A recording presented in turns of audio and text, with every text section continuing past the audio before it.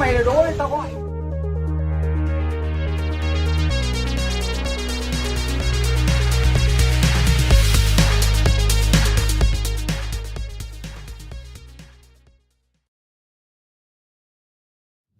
It's now time for The Sit Down with Don Tony. The Sit Down, where Don Tony talks one-on-one with his followers. What are you looking at? About the world of pro wrestling, pop culture, and so much more. The Sit Down with Don Tony. And now, your host, Don Tony.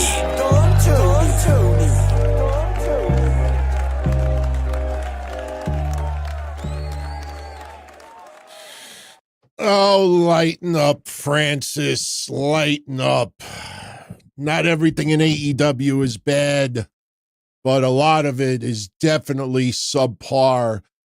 Yeah, the wrestling is great, but so is Off-Broadway. And there's a reason why Off-Broadway doesn't get the attention, attendance, or revenue that Broadway shows get. Plus, you know, when people make this the norm for so long, you know, when things really start to get exposed, you know, I'm a little surprised at how fragile some people get. You know, tonight's episode, the two thumbnails, we had an interesting poll in the community section, and I had everybody voting on which thumbnail do we use tonight, and it was either this one.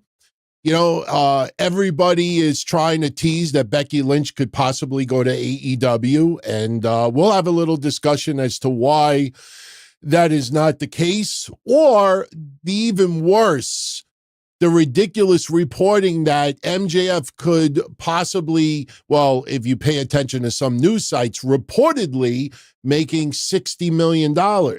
And the reason those thumbnails were sparked was because somebody who was a loyal friend of the show, Mike T, sent us a pretty nice, substantial PayPal, doesn't SuperChat, and wanted us to talk about that a little bit. And neither one of those thumbnails are a shot on AEW. We'll explain why MJF is not being paid $60 million, and we will explain why Becky Lynch is almost a lock not to go to AEW, but yet people accuse me of bashing AEW because of those thumbnails. Why do you look at those thumbnails and consider it criticism? Does every single person in the world of professional wrestling has to clamor to go to AEW? You know, again, I reference stories like this because this was tremendously celebrated not too long ago. It was not that long ago. You know, when Okada, Monet, and Jay White and Ospreay signed with AEW and given this perception that they're choosing Tony Khan over WWE and putting that look of Triple H like, oh, what the fuck did I do?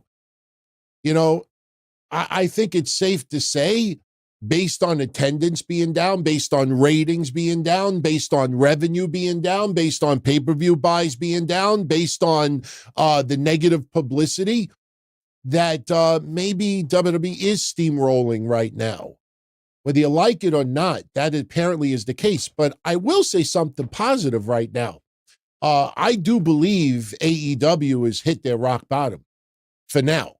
I really do. And I say that with nothing but positive intentions. I don't think AEW could go any lower.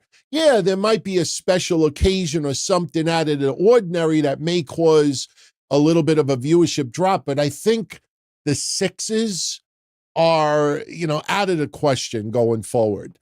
Plus, you know, I think once we get a few months from now and MJF is back in the swing of things, I think things will heat up. You know, not everything in AEW is negative, you know, but there's a lot of it that turns me off. And like I said, putting those two thumbnails and immediately I'm considered an AEW basher. Somebody in the chat room said I'm bipolar because 3 years ago I celebrated AEW and now I'm criticizing them. You know, at least I give you reasons why. I don't just say that they suck. You know, I tell you the reasons behind it. So anyway, I want to welcome everyone to the Sit Down. It is Friday night, June 7th, 2024.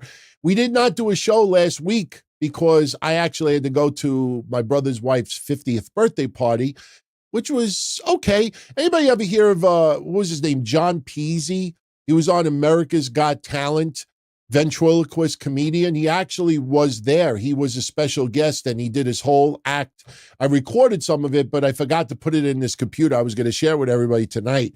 Guy is extremely talented. I might get the first name wrong, but I know the last name is Peasy. But SmackDown just went off the air.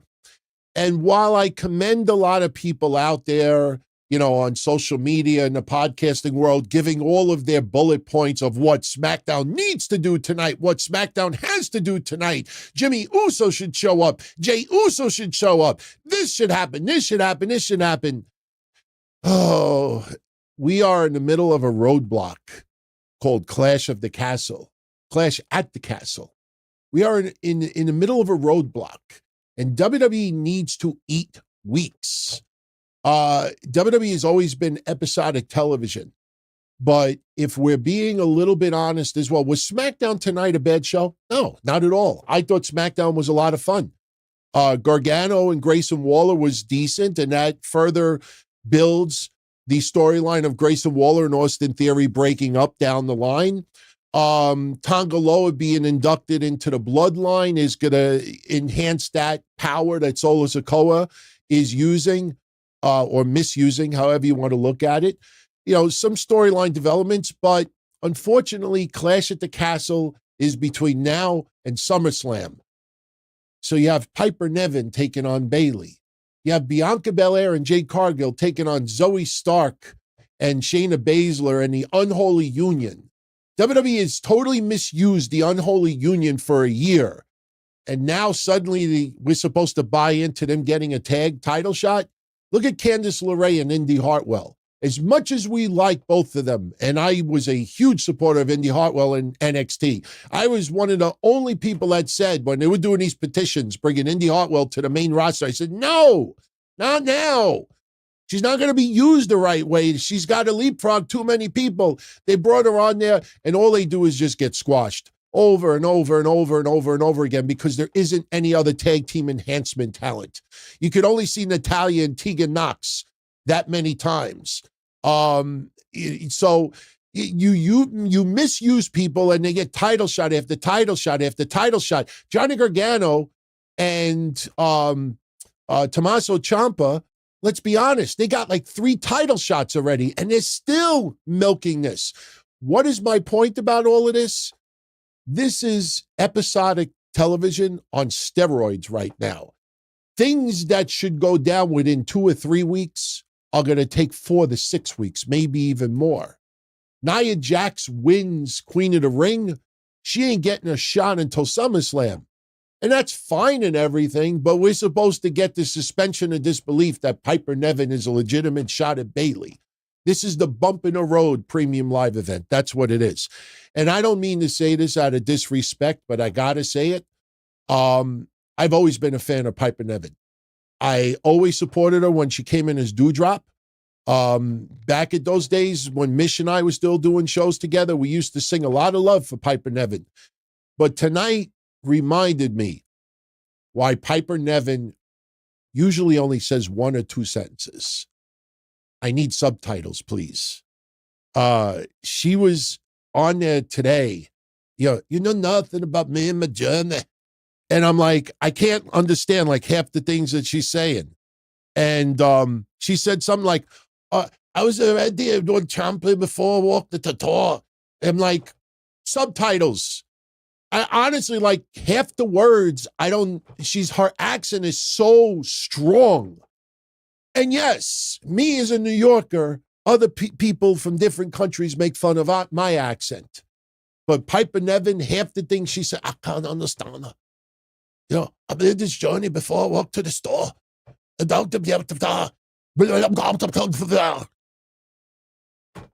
I need subtitles.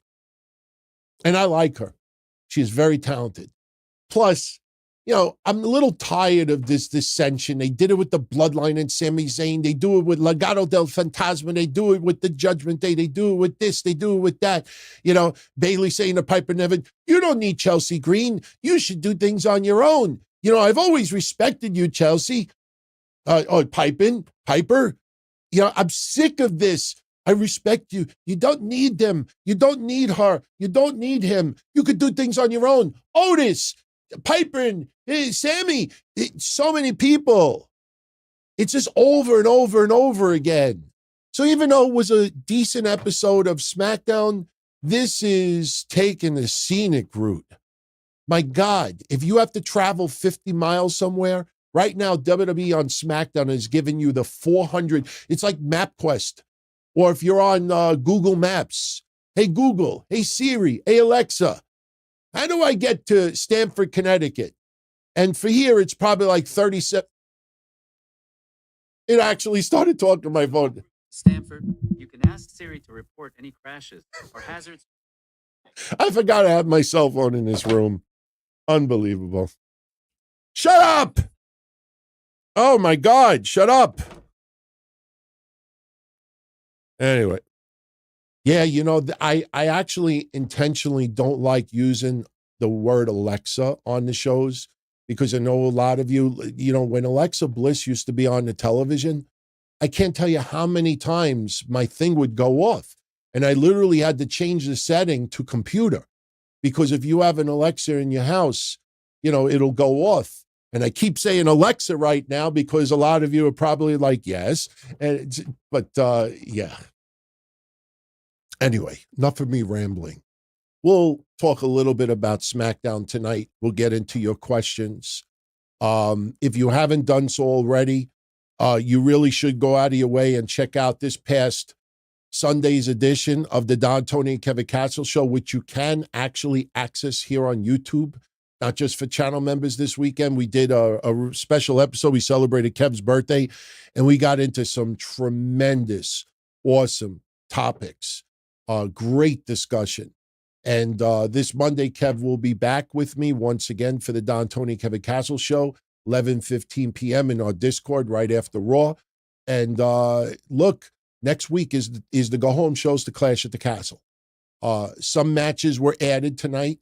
Cody Rhodes, AJ Styles, I Quit match. Again, even Cody Rhodes. I think all roads, no pun intended, lead to Randy Orton versus Cody at SummerSlam. Randy Orton, very, very conspicuous by his absence. I don't know if anybody's noticed that. Probably going to have Randy Orton maybe give a little RKO out of nowhere to Cody Rhodes. Possible. Does Randy Orton want a title shot because of what happened with Gunther? And Cody Rhodes being the man that he is, he grants Randy Orton that title shot? All of the people out there that thought that Gunther was going to face Randy in a rematch, which was just asinine to think of in the first place, because why would you do that? To have Gunther lose, and then it screws up his opportunity to take on Damian Priest at SummerSlam? Like, what's the logic there?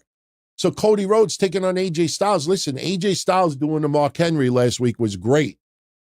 But once again, it's rinse and repeat. It's the premium live event, which I call the bump in the road. It's the roadblock. It's the scenic route to SummerSlam.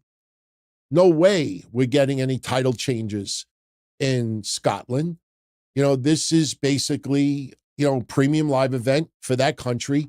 They did Clash at the Castle in the UK in 2022, which was tremendous. And I think probably the most interesting thing coming out of that show is probably the crowd reaction when CM Punk screws Drew McIntyre out of that championship. You almost feel like Drew McIntyre has to cut a promo ripping on his own country, which would make absolutely no sense because he keeps putting over his country. So how do you get the fans behind CM Punk if he caused Drew McIntyre the World Heavyweight Championship at Clash at the Castle? That's probably intriguing me the most. So we will see. Now, before we just run down briefly a little bit of SmackDown, then we'll get into your questions, and then we'll get out of here for tonight. We had another QR code tonight. This was when Solo Sikoa was confronting Paul Heyman in the back, where he thought Paul Heyman was trying to leave the arena, and Solo insisted that we get a 6-man tag tonight of the Street Profits and Kevin Owens versus the Bloodline Red and Black. It's pretty weird, right? Remember when Kevin and I said that we hope we don't get Bloodline red and black versus the original Bloodline, kind of reminiscing the NWO colors. And if you notice, this Road Bloodline, they wear just red and black. It's pretty interesting. But that QR code led to a link on WWE.com. It was WWE.com/gratitude. Not to be misconstrued with attitude. Not to be misconstrued by Attitude Cologne. You remember the WWE Cologne Attitude? Attitude. If you've never seen that commercial, go look it up. It is the most ridiculous. Honestly, anybody that bought that cologne back in the day, I give you a lot of credit. A lot of you know, actually here, a lot of you know, I know I've showed this 1,000 times, but I have about 20 of these. I have still on my desk samples of WCW Nitro Cologne. And in the back, it's Bill Goldberg, Bret Hart's favorite wrestler. I still got them. We opened one up about a year and a half, 2 years ago on the show. Actually smells pretty good. And these are from, I think, 1999, somewhere around there. But I want to show you what was revealed on the QR code tonight. June 17th. As Kevin and I have been talking about, that is the date that we're probably going to get the reveal of this cave bird, night bird, blackbird, firebird, whatever they're going to be. Actually, you know what? They should call them firebirds. I know it sounds like a car, but I kind of like firefly, firebirds. Did I just walk into something?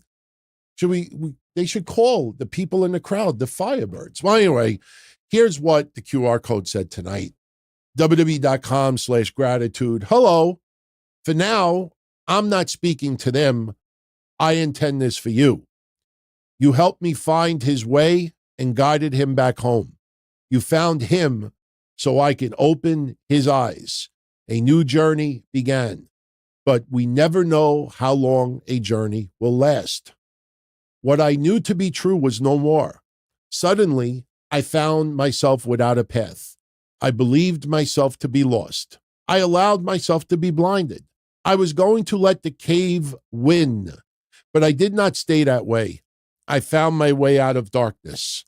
I saw what was expected of me and I accepted the cost. I admit it wasn't easy. I feared you had forgotten, but you remembered. You remembered who you are. You remembered who we are. Thank you. This is all because of you. We were never the chosen ones. We just wanted to belong. And now we do. I know I can't wait to see you too. I appreciate your excitement. It won't be long now. I just wanted to say thank you. We have become more than we could ever imagine. Their stories will be told. Their pain will have been worth it. And it's all because of you. You did this. This is your fault. The blood that rains down drips from your hands. Man, as I said on Patreon Tuesday, it gives me Scripps vibes, man. It's kind of like Retribution, Scripps. I don't know what they're going to do. I don't know who they're going to target. Look, today's the anniversary of Nexus destroying John Cena. On Patreon, we post, and for our made men and women on YouTube, we posted the retro episode of Kevin and I covering the night the Nexus showed up on Raw and destroyed John Cena. Who do they destroy on June 17th? That's Raw. Cody Rhodes is not booked for Raw. So you say to yourself, I don't know, could they destroy CM Punk? Could they just destroy a whole bunch of people? Do we get a main event match and then just everybody gets taken out? I don't know. But I'm kind of not intrigued so far. I'm excited to see the creative challenges that these people are going to bring. But I also say to myself, this is something that people need to remember as we get closer to this faction debuting on WWE television. And that's just it. It's a faction. As we know it right now, there's 5 people. When you think of faction, they're probably going to go up against another faction. Or do they just randomly destroy people? Do we see Akira Tozawa laid out? Do we see, this person laid out, this person laid out? Do we see just people just getting randomly attacked? Or do they go after a faction? And when you look at Raw, you pretty much have the LWO. I mean, if the Cave Birds destroy, Del Toro and Wild, hey, you're doing me a favor, man. Are they going to go after the Judgment Day? Probably not. Are they going to go after Alpha Academy? I doubt it. Even though Alpha Academy and Otis was the highest rated segment of wrestling this past week. Highest. Not including SmackDown, of course, because SmackDown's always over 2 million. But as far as Raw, NXT, AEW, yeah, Otis and Chad Gable, that whole segment in the ring with Sami Zayn was the highest this week. Very impressive. Crowd is so into that storyline. And it definitely feels like a different version of what they did with the Bloodline and Sami Zayn. Goes to show you, if you have a good template for something, you can reuse it. And WWE seems to reuse templates more than you realize sometimes. But again, you have to ask yourself, who is this faction going to go after? And even if they randomly pick and just destroy random people, collectively, a bunch of people will have to get together and feud with them. You have to ask yourself, who? Don't know. Final Testament? I don't know if we want to see that. So, something else I wanted to show you, just random. Tomorrow, Saturday, we have NXT Battleground. And they did add, I believe, Trick Williams and Ethan Page. Very, very interesting that they're going with that so quickly. I expect probably a DQ or some type of, nonsensical finish when they do face each other. But Jordynne Grace is taking on Roxanne Perez for the NXT Women's Championship. And I don't know if you checked out my predictions from this past Monday, but, the way they structured that title match, to me, gave away the finish. Roxanne Perez is absolutely going to retain her championship. And the reason why I say that is because if Jordynne Grace was going to win, let's just assume or just fantasize that Jordynne Grace was going to defeat Roxanne Perez and become champion. Then why not put Jordynne Grace's title on the line as well? Why not have title versus title? Because now you speculate and you give that suspension of disbelief. Like, holy shit, could you imagine Roxanne Perez also holds the Knockouts title? What happens if Jordynne Grace holds the NXT Women's Championship also? Somebody's going to be champion for both brands. So if Jordynne Grace was going to win the championship, then they should have had her title on the line also, because she wouldn't have lost that title. But the fact that her championship is not on the line pretty much gives away that Roxanne Perez is going to retain. But next Friday, TNA has Against All Odds. And Jordynne Grace conveniently has an open challenge for her Knockouts title. Anybody speculate who from the WWE or NXT shows up and challenges Jordynne Grace? If I'm a betting person, I probably would go with Natalya. I would go with Natalya because I think Natalya, listen, I get it. There's a lot of people that suddenly have this extreme interest in Natalya still continuing wrestling on TV. It's interesting dynamic because for the last couple of years, I watched very important people that matter in the news and podcasting world question, why is Natalya keep getting these big high-profile matches on TV? She's had a Hall of Fame career and she cuts these promos. I never get the respect I deserve. And it's never been, I'm like, what are you talking about? You've had a Hall of Fame career. You're in the Guinness Book of World Records. It's like, are we supposed to forget that she had a pretty damn awesome wrestling career? But now because her contract is up, these people, I would love to see her prosper in AEW. I'd love to see her do this. I'd love to see her do that. I think it's just this kumbaya, like, oh, could you just imagine Natalya becoming TNA Women's Knockouts champion? She gets that one last rise, that one last, reign on the mountaintop. Could you picture her in AEW? Could you picture her being a surprise entry in the Owen Hart Memorial Cup? Oh, do it for Owen, Natty. Do it for Owen. And I keep thinking of, who was that chick from Japan that was in the Owen Hart tournament? The one that always gives a middle finger. Who in the chat room I'm trying to remember. I can't think of her name right now. And I'm like, yeah, she's perfect candidate for the Owen Hart Memorial Cup or whatever. Like, she's really earned it, her history and her beloved. Maki Ito. Yeah, Maki Ito. And just because you name something after a beloved deceased wrestler doesn't mean it's that inspirational. Now, yes, you got the widow of Owen Hart and everything like that.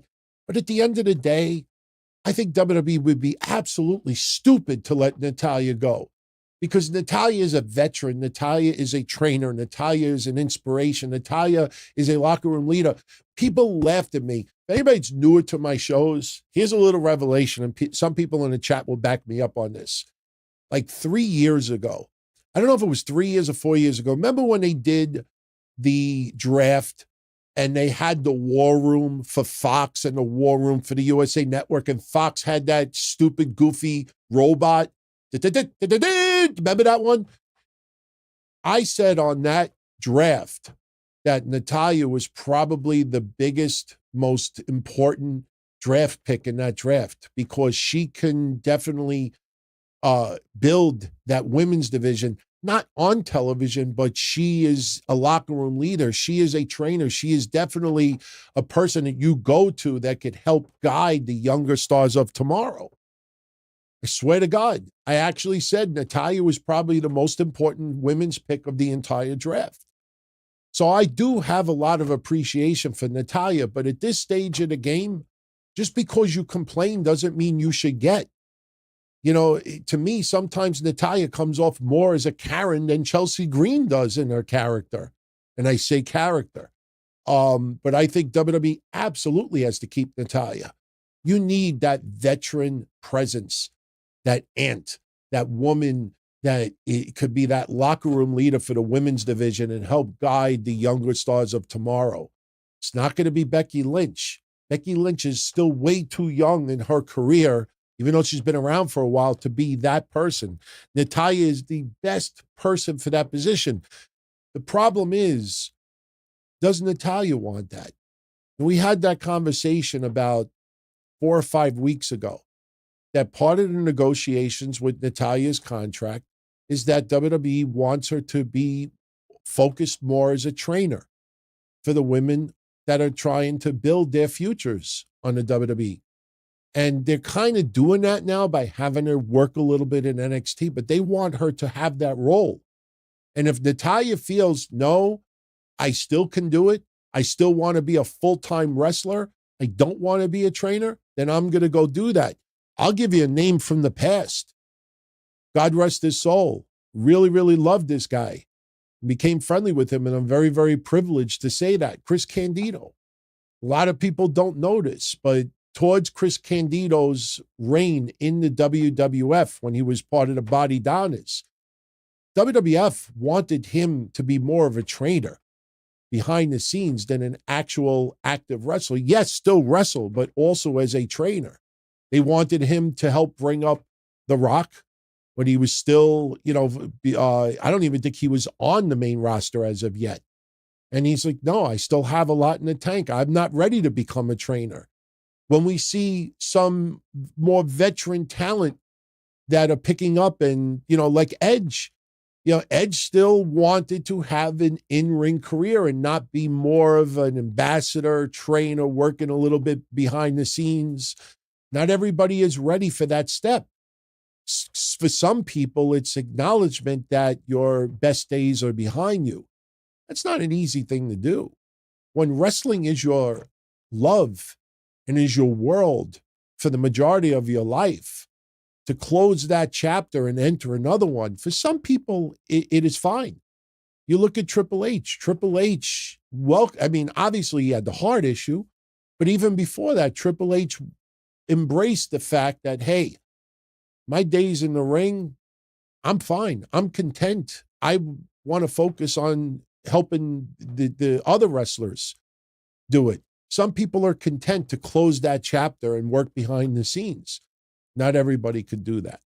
So I think that's probably the biggest roadblock for Natalya. Now, as far as Chad Gable goes, because a lot of you have asked about Chad Gable, listen, I'm not a news journalist anymore. We used to report news. We stopped reporting news in like '08. But I still have contacts that I talk to just to get an idea as far as what's going on. There's so much misinformation online. You see what's going on. You know, we've had some discussions before. So I try to get some answers. And from what I was told, that Chad Gable is a done deal with WWE. I don't know. I don't know for sure. But Chad Gable, they want him to stay. And the more and more I hear, the more and more that there's a good chance that he may win this championship at Clash at the Castle.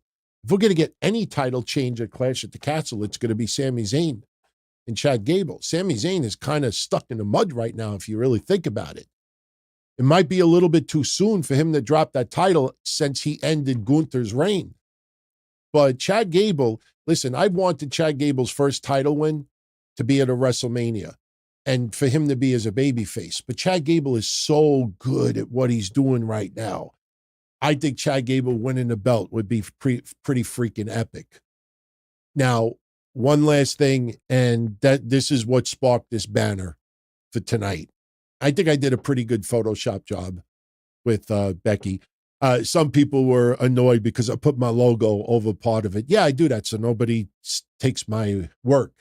Here's the thing with Becky Lynch. I want to say it like this. And this is the best way I could say it. And I'm not saying this bragging, but the way I'm going to say this right now, no one in the wrestling news world could top this.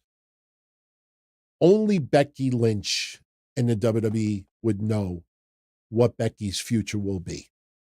People could assume, people could guess, people could speculate, people could have a vibe, but at the end of the day, no one knows but them.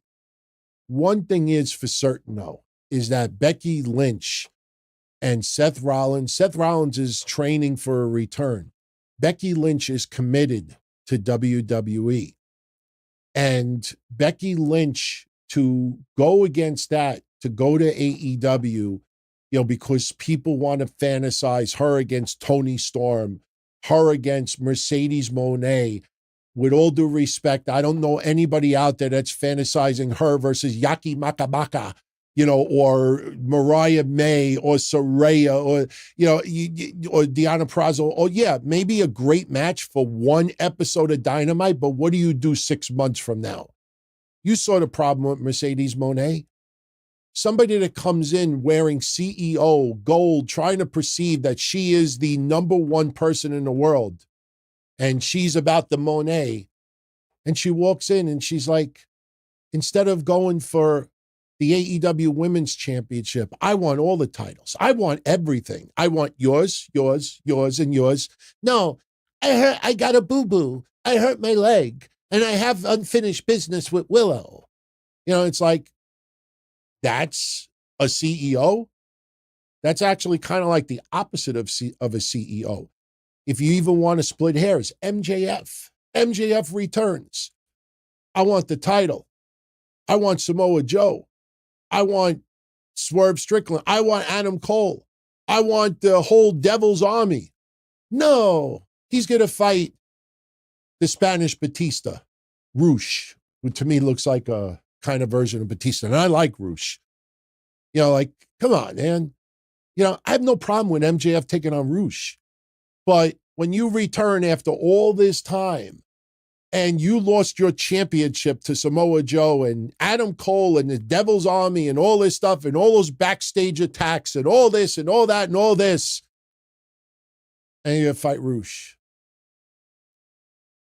I mean, let's be honest. So Becky Lynch wants stability. Becky Lynch is very, very important asset in WWE. Some people said that Becky Lynch will arguably become the highest paid woman in wrestling. I'm not so sure about that. Again, that's just speculation. But I will say this, and Kevin and I are going to have a pretty deep conversation about it on Monday. I don't know if you all saw this. MJF, $60 million man. And I put LOL, no. There is a much bigger story here. And if you've paid attention to this, and somebody super chatted it earlier and said it perfectly, this sudden obsession with talking about WCW. I mean, I understand, Eric Bischoff, evil for Tony Khan and AEW. That is enemy. But the thing is that one of the things that fucked up WCW was the guaranteed contracts. You have no idea how many people that were on the payroll for WCW that were being paid to stay home. I became friends with Bam Bam Bigelow, God rest his soul, and anybody that goes back to the hotline days, remember all those episodes that I did with Bam Bam and the Mass Maniac. And you still talk to the Mass Maniac, you can play this for him and he'll tell you what I'm saying is 1,000,000% true. That guy was getting paid hundreds of thousands of dollars to pretty much sit home. You had members of the Armstrong family that were getting paid a decent chunk of change to sit home. You had so many wrestlers that were being paid just so they don't go to WWF at the time. And this $60 million thing, if that was true, that would become such a devastating dagger in the world of pro wrestling. Because now you set the bar that so much money is going to be paid out to people. You know what happens? Instead of having a roster of 60, you're going to have a roster of 30. You're going to see a lot of wrestlers out of a job. If you don't think what's happening right now in the economy and minimum wage, and we're not getting political here, but I want to bring up this point. We had this point on Sunday with Kev doing that episode. In California, the minimum wage is $20. Now the minimum wage is $15. When you go to McDonald's, you pay $10 for a double quarter pounder with cheese. You're not paying $10 because meat suddenly became expensive. It's because the payroll is so astronomical now. So what happens? You either have to jack up the prices or you have to let people go. My own father's deli used to have 4 counterpersons that worked every day. You went over there and say, give me a half a pound of ham. There'd be 4 people behind the counter. Now he only has 2. Why? Because he's forced to pay a lot more money, and there's only so much you can raise prices. You start paying that kind of coin, and here's the thing. If Tony Khan really wanted to fuck WWE, and I'm sorry for cursing, but I'm going to make this point. Tony Khan is a billionaire. If Tony Khan truly wanted to fuck with WWE, he could turn around and say, hey, Becky Lynch, she's offered $1 million from WWE. I'll give you $3 million. I'll give you $4 million.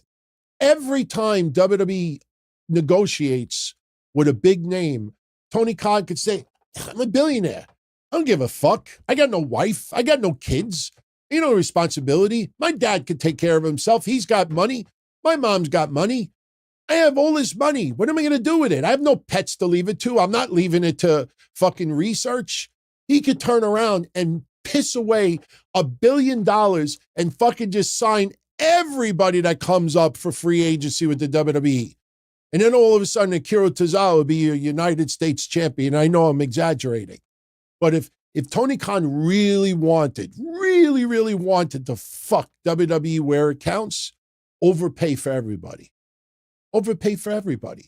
He overpaid on the indie circuit because he needed to fill a roster. He overpaid on a bunch of people because he needed to fill a roster.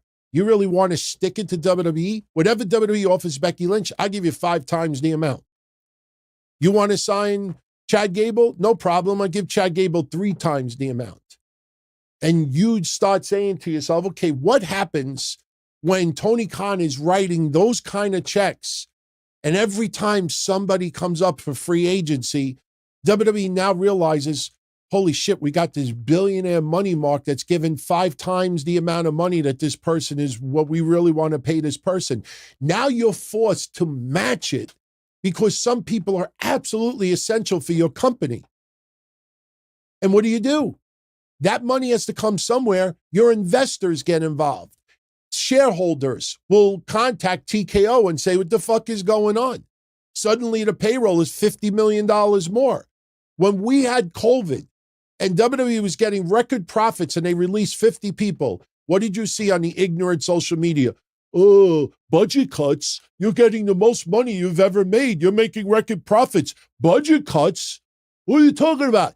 Yeah, that's what happens when you're a publicly traded company. You answer to investors. Investors want to see the bottom line. They want to see that you're maximizing as much money as possible.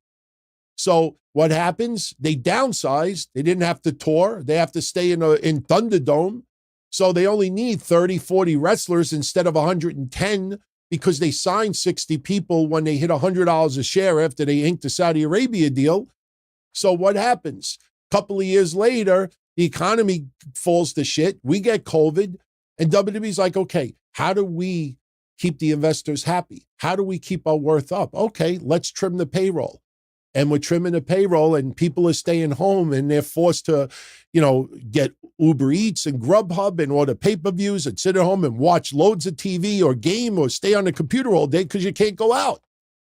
So WWE gets rid of half their roster and it's record profits and politically correct people. Oh, why are you releasing people? You got record profits, budget cuts. Those are the people you got to stay away from because they don't understand what business is. So when you see something like this, understand, even if you think MJF is worth $60 million, that is devastating to the world of pro wrestling because now you set the bar that you have to offer other people $5 million a year, $10 million. And by the way, do you know where that nonsense came from? Do you all know where that nonsense came from? I'm not going to reveal it here. We talked about it on Monday, but I will show you something. And I'll say it. It was Jonathan Coachman on a podcast. The coach, Jonathan Coachman, who I like. This is why people who are somewhat important in the world of pro wrestling needs to be fucking careful with anything that they say.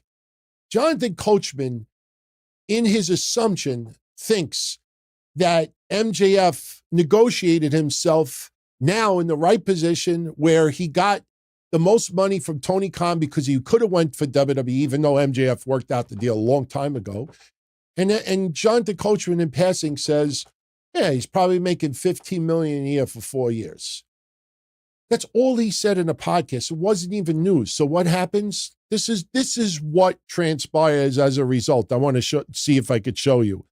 I don't think, do I have it here? Yeah, I do have it here. On the screen right now is Sportskeeda. And I want you to see how cute they are with their words. MJF has secured $15 million a year with AEW, a former WWE, says a former WWE personality. Jonathan Coachman never said that MJF secured $15 million. Jonathan Coachman thinks that MJF could have gotten as much as $15 million. So they're very, very slick to make this sound vague. But at the very same time these assholes post that, they go on Twitter and write this. This is Sportskeeda also. MJF allegedly making $15 million a year with AEW.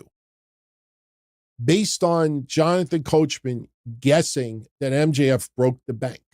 So what happens? Every schmuck that has any type of a wrestling site, every fucking podcaster alive runs with it and says, oh, there's rumors of 15. That's where this all came from. And by the way, I want to and we'll get into SmackDown and your questions and then we'll call it. I have to bring this up. At the end of Monday's DTKC show, and I mentioned this on Patreon on Tuesday, someone had asked me my thoughts on Collision scoring 122,000 viewers. That Collision. this was at the very end of Monday's show. And if you remember on Sunday and Monday, a whole bunch of people were reporting that Collision got 122,000. My answer to that on Monday night was, the Fast Nationals were not out. I have access to ratings before others. I've had it for 20 years. The only thing I can't get my hands on a timely basis is the quarter hours. There was no Fast Nationals for Collision. I said I was very, very skeptical about that number because I can't find anything on my research to back up that the Fast Nationals were 122,000. So I said on the show, I'm not commenting on it because I don't know if that number is real. I can't find anything to base on it. See, if I'm not sure about something, I try to do a little research to get my answer instead of like these schmucks at Sportskeeda that says reportedly making 15 million. If you knew that Jonathan Coachman on a podcast just said, and in passing, MJF probably broke the bank, he probably made 15 million a year. That's not news. That's not reporting. That's not even a guess. He's just using a random number and it turns into a news story. So I didn't report the number. It ended up being 378,000 viewers. Not anywhere near the 122,000. And what do all of these morons that reported that 122 say? Oh, WWE leaked out bad numbers. First of all, anybody in the news reporting world is going to WWE to get Collision numbers. You should never support them ever again. Just let that sink in. A wrestling journalist is going to WWE for AEW ratings. Have you seen anybody address that? No, because they all do the same thing. They play good cop, bad cop. The people who started the AEW fires are now trying to tell you how to put it out. So just goes to show you, half the shit that you read online, do not believe it. When it comes to contracts, from Becky Lynch to Chad Gable to Seth Rollins, you remember all the fucking thumbnails that this person is going to be all elite, this person's going to be all elite. For every time you see, Jay White, Okada, Ospreay, Monet, they all signed with WWE. What about all the people that did not? What about all the people that chose to say with WWE? What about Finn Balor and others? Recently it was Finn Balor. You had all the rumors, he's all elite. Kevin Owens, this person. And then they end up staying.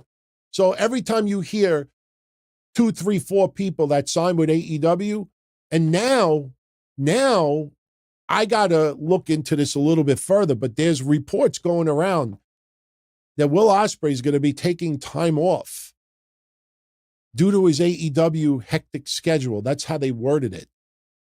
And honestly, I think whoever wrote that is high as a kite, but I want to find out if that's true. If that's true, I think he kind of like backs up what Triple H said on that conference call, that we don't want people that this motherfucker flies first class and bitches about being on a plane for 7 hours and he's on AEW's main roster. It's not even full time. And after a couple of months, he's taking time off. So, when you start seeing all this, all right. So just to run down SmackDown very quickly tonight, then we'll get into questions. A lot of it, again, rinse and repeat, episodic television on steroids, really dragging shit out. Jey Uso planted a seed on Raw that he's entering Money in the Bank. His focus is Money in the Bank. His focus is not the Rogue Bloodline right now. Jimmy Uso is been given time off to recharge his batteries, so when the Bloodline does return and they feud with the Rogue Bloodline, once that goes into motion, it's not stopping. And it's not stopping until easily the end of the year. So Jimmy Uso has been given some time off right now. So what do you do with the Rogue Bloodline when they're not going against Cody Rhodes? Kind of weird, right? Kind of weird. Roman fails against Cody. So is Sikoa. Not going after Cody. Why? Why? Why not try to get the undisputed WWE Universal Championship back? No. You got Tama Tonga acting like a gremlin. Tonga Loa, Unico, Epico, whatever his name was, Primo, Hispanico. Tonga Loa I have no problem with, but anointing him in the bloodline, I mean, forgive me if I'm not extremely excited. Tonga Loa is not a bad talent, but, Tonga Loa is still Tonga Loa. He's not a main eventer. He's not even a semi-main eventer. So we open up the bloodline tonight, and Tonga Loa is going to be coming on. Whoop, that's a little too small. That's a little bit better. Tonga Loa is going to be anointed into the bloodline. We have loud, we want Roman chants. And Paul Heyman announces that tonight we have a double proclamation that not only is Tonga Loa a fully made member of the bloodline, but now Tama Tonga, he will now be known as Tama Tonga, the right-hand man. I get it, playing off on the bloodline, but this almost sounds like children playing. I want to be called the right-hand man. It's kind of childish when you dissect it, but it's done to make it seem that Solo Sikoa is abusing power. We are reminded again that as long as Roman Reigns is not back yet, Solo Sikoa is the acting tribal chief, the one in charge. I think Solo Sikoa is doing a great job right now. Solo Sikoa is lost a little bit of weight. He's kind of tweaking his look a little bit, cleaning it up. He looks very, very, he's got a presence about him. And it's very important that they build that because Solo Sikoa is going to be the guy that's going to go against Roman Reigns. Remember, we had one or two teases. Remember when Roman Reigns put the floral display? I can't remember what it's called. Remember when Solo Sikoa was looking at it? Solo Sikoa had one or two stabs. Remember Roman Reigns was laughing once when it was assumed that Solo Sikoa was going to be the next tribal chief. And Solo Sikoa looked at him and Roman Reigns looked a little busted. Now look what's going on now. Solo Sikoa is going to be the one that is going to go up against Roman Reigns when the time is right. Tonga Loa and Tama Tonga are going to go up against the Usos. Then we got to see what happens with Jacob Fatu. Don't know how you bring him in. That's why WWE gets paid big money and we all don't. So we have a hug between Solo Sikoa and Tonga Loa. Paul Heyman says to everybody, thank you and good night. And Solo Sikoa interrupts Paul Heyman and saying, aren't you forgetting something? You should thank these guys from saving you last week. Kevin Owens could have killed you. And Paul Heyman thanks Tonga Loa for saving him last week. He thanks Tama Tonga. Tama Tonga says, we could have let Kevin Owens kill you, but we didn't, from orders of the tribal chief. So Paul Heyman looking very much appreciative. Now, most people out there believe that Paul Heyman ultimately is going to realign with Roman Reigns. There are some people out there that think that Paul Heyman is going to ultimately set up Roman Reigns, that Paul Heyman will remain a full-blown heel and stay on the bloodline side. And I got news for you. The more I think about that, the more I kind of like it. Because Paul Heyman, obviously Hall of Famer, important presence, arguably the best manager in God knows how long. You put him against the Rogue Bloodline, they need him. They need him more than Roman Reigns and the Usos need Paul Heyman. Yes, for nostalgia and because they work so great together, it's kind of like Brock Lesnar and Paul Heyman. We didn't want Brock Lesnar and Paul Heyman to ever split up because they look like salt and pepper. They look like, like oil and vinegar. They just look perfect together. But, in the end, Paul Heyman was needed to help elevate and build Roman Reigns. And it worked. Paul Heyman staying on the side of the Rogue Bloodline is probably more necessary than Paul Heyman reuniting with the Bloodline. We don't know. We don't know where they're going to go with this. So we go to commercial, we come back, and Paul Heyman is in the back, and Solo Sikoa is pissed off. He's like, where are you going? You're trying to leave the building? Solo Sikoa wants a 6-man tag tonight. And the reason being is because before we go to commercial, Paul Heyman tells the Rogue Bloodline that he was in the building earlier in the day, and he heard that Kevin Owens wants to take out any member of the Bloodline. Kevin Owens' music hits. He hits the ring. He goes after Solo Sikoa, but the numbers ultimately caught up to him. All 3 members of the Bloodline are attacking Kevin Owens, and here comes the Street Profits, minus Bobby Lashley because Bobby Lashley is injured. So the Street Profits come to the aid of Kevin Owens. We go to commercial, and now Solos wants the 6-man tag tonight. So Paul Heyman says that he will make sure he gets it done. That's when we get the QR code, as I shared with you earlier, WWE.com/gratitude.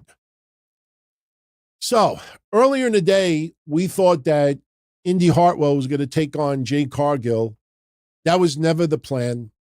The plan was that Candice LeRae wanted a tag match, but not against Bianca and Jade. Nick Aldis gives him a tag match, but gives him Bianca and Jade. So they have a tag match. One side of the ring, you have Zoe Stark and Shayna Baszler watching. On the opposite side of the ring, you have the Unholy Union watching. Can you guess what happens? Bianca and Jade beat Candice LeRae and Indy Hartwell. After the match is over, both of those tag teams start beating down on Jade Cargill and Bianca Belair. Zoe Stark and Shayna Baszler take out Jade Cargill, throw her into the ring steps, and you have the Unholy Union throw Bianca Belair in the ring post. And then very, very choreographed. And if you watched Isla Dawn, she's like, oh my God. She runs for it. Shayna Baszler picks up one of the tag titles. And then Isla Dawn was supposed to pick one up. And they're supposed to look at each other like, hey, I got a belt. I got a belt. And then they finally have what we said should have happened on Monday. The Unholy Union brawls with Shayna Baszler and Zoe Stark. They brawl a little bit. Bianca and Jade end up back in the ring, and they hit the KOD and the Jade Cargill's finisher, Jade. Oh, shit. What was it called? Oh, God. Jaded to the Unholy Union. And just, even though it was not intentional, just to show you even more of a dagger to Indy Hartwell and Candice LeRae. Later on in the night, we see Bianca and Jade in the back, and they tell Byron Saxton that they spoke to Nick Aldis, and they booked a match at Clash at the Castle. Now, keep in mind that they were just in the ring with Indy Hartwell and Candice LeRae, got beat down from Zoe Stark, Shayna Baszler, and the Unholy Union. And they announced that at Clash at the Castle is going to be a 3-way. Yes, I know Indy Hartwell and Candice LeRae lost their match, but they were also, involved in beating down Bianca and Jade during the match. So, they're not going to Clash at the Castle. So it's going to be a 3-way at Clash at the Castle. Again, it just exposes how much WWE has kind of abandoned the women's tag team division. They focus so much on Damage Control. I mean, they focus so much on that team. And, again, if Jade Cargill, you got to it probably would have been Naomi and Bianca Belair. But if Jade Cargill ended up not being ready just yet to be full-time on the main roster, we probably would have had Naomi and Bianca as a tag team instead. And you look at the rest of the tag team division, the women's side, and it is filled with holes. Nothing against R-Truth and The Miz, but, you look at the tag team division, and we went from the Usos to Kevin Owens and Sami Zayn to, the Judgment Day to now a comedy act. And there's nobody that is a threat to The Miz and R-Truth right now. I thought Imperium was the best shot. And they have Giovanni Vinci get his ass kicked from Ludwig Kaiser, and he doesn't even get an opportunity for revenge. They draft him to fucking SmackDown. And he's being treated just like Pete Dunne is right now, and Tyler Bate and others. You know, there's quite a few people that are being totally mismanaged right now. As much as people want to tell you that Triple H is this incredible booker, there's a lot of people that are being used like shit right now. And there's a lot of little storylines that are really being stretched out that doesn't need to go this far, but they are. So next match tonight, we had Grayson Waller beat Johnny Gargano. I think a lot of people, based on the reactions online, totally forgot or didn't realize how great of a match they had at Stand and Deliver a couple of years ago. Remember when Johnny Gargano made his return to NXT and took out Grayson Waller at Stand and Deliver? These two guys could work great together. But the story of this match was towards the end. Austin Theory is at ringside on the outside, and Grayson Waller ends up on the outside of the ring as well. Grayson Waller is next to Austin Theory, and here comes Johnny Gargano with a suicide dive through the ropes. And at the very last second, Grayson Waller pulls Austin Theory in front of Johnny Gargano. Wasn't smooth, but if you watch it in slow motion, it did what it needed to do. So Austin Theory takes the dive. He takes the hit for Grayson Waller. So Johnny Gargano ends up getting hit from behind from Grayson Waller. Grayson Waller hits like a modified blockbuster, I believe it was, and he pins Johnny Gargano. And the story is that Grayson Waller kind of misusing his partner. This goes back a while. If you go back to even before WrestleMania, remember the comedy segments? Carmelo Hayes wanted to fight Grayson Waller. And Grayson Waller's like, yeah, Austin Theory will take you on. And Austin Theory had these puppy eyes like, why did you put me in this match? This has been building for far longer than it's perceived, but now it's going into motion. And once they drop those tag titles, we might see Grayson Waller attack Austin Theory. And I saw a super chat come in not too long ago about Austin Theory as a babyface. And we'll talk about that shortly. But Grayson Waller beats Johnny Gargano. Cody Rhodes is in the back, and he wants AJ Styles. AJ Styles is not in the building yet. And this kind of was sloppy. I'm going to go a little bit ahead on this because I want to talk about everything in one segment. Cody Rhodes is in the back. By the way, did you notice the production truck with the 1991 picture of Ric Flair on it? Interesting that Ric Flair was on that production truck when Ric Flair, doesn't he technically have a contract with AEW for 3 years through his business company? I don't know. I just noticed that. I don't know. Maybe AEW is no longer working with Ric Flair. I don't know. So anyway, I thought this was dumb. Cody's in the back, and Nick Aldis shows up. And Nick Aldis says, look, I don't think you should be in the loading dock. Cody wants AJ Styles. He's waiting for AJ to show up. Nick Aldis says it's not in the company's best interest that he fights at the loading dock with AJ Styles, that somebody could get seriously hurt. Hold that thought. So Cody Rhodes storms off. Later on, Cody Rhodes is seen again in the back. Now Nick Aldis shows up with security. And he says, look, AJ Styles is about to show up. We're not having this in the back. So AJ Styles shows up, and he's in his truck, and he's, taunting Cody Rhodes. And Cody Rhodes storms to the ring. Cody Rhodes gets on the mic, and Cody Rhodes insists that AJ Styles come out there and let's finish it once and for all. AJ's music hits. He comes out with the OC. He is back with the OC. They go down to ringside, and here comes Nick Aldis with all the security, trying to prevent Cody and AJ Styles going at it. And this is why I thought it was kind of stupid, because when Cody was in the back, you had Nick Aldis say, look, I don't think you should be fighting by the loading dock. Somebody could get seriously hurt. Well, hell, now you're at ringside. Nick Aldis won't let it happen there either. So AJ Styles wants Cody to give him what he wants, and that's one more shot at the WWE Universal Undisputed WWE Championship.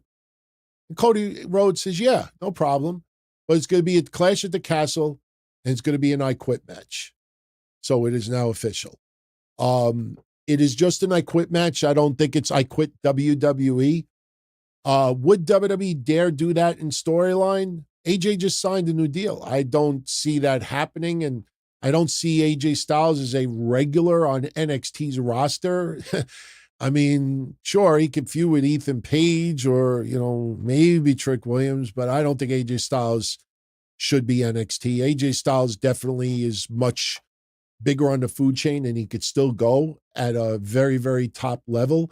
Plus, when you look at SmackDown, my God, when we get into some questions that came in already, Cody Rhodes, my God, as much as I thought this draft was okay, man, is this draft exposing how horrible this SmackDown roster is.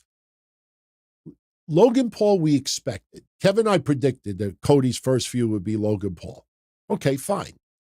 Randy Orton, SummerSlam. Okay, fine.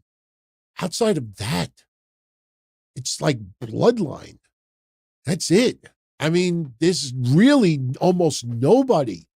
He had a match with Melo, and that's fine. And Carmelo Hayes, if you haven't noticed, is like 1-4 since he's been brought to SmackDown. Carmelo Hayes has lost 80% of his matches. Now, he's a heel, so we're not supposed to really pay attention because he's a heel and, he's losing, and that's fine because he's a heel. But, he's lost 80% of his matches, if you haven't noticed that.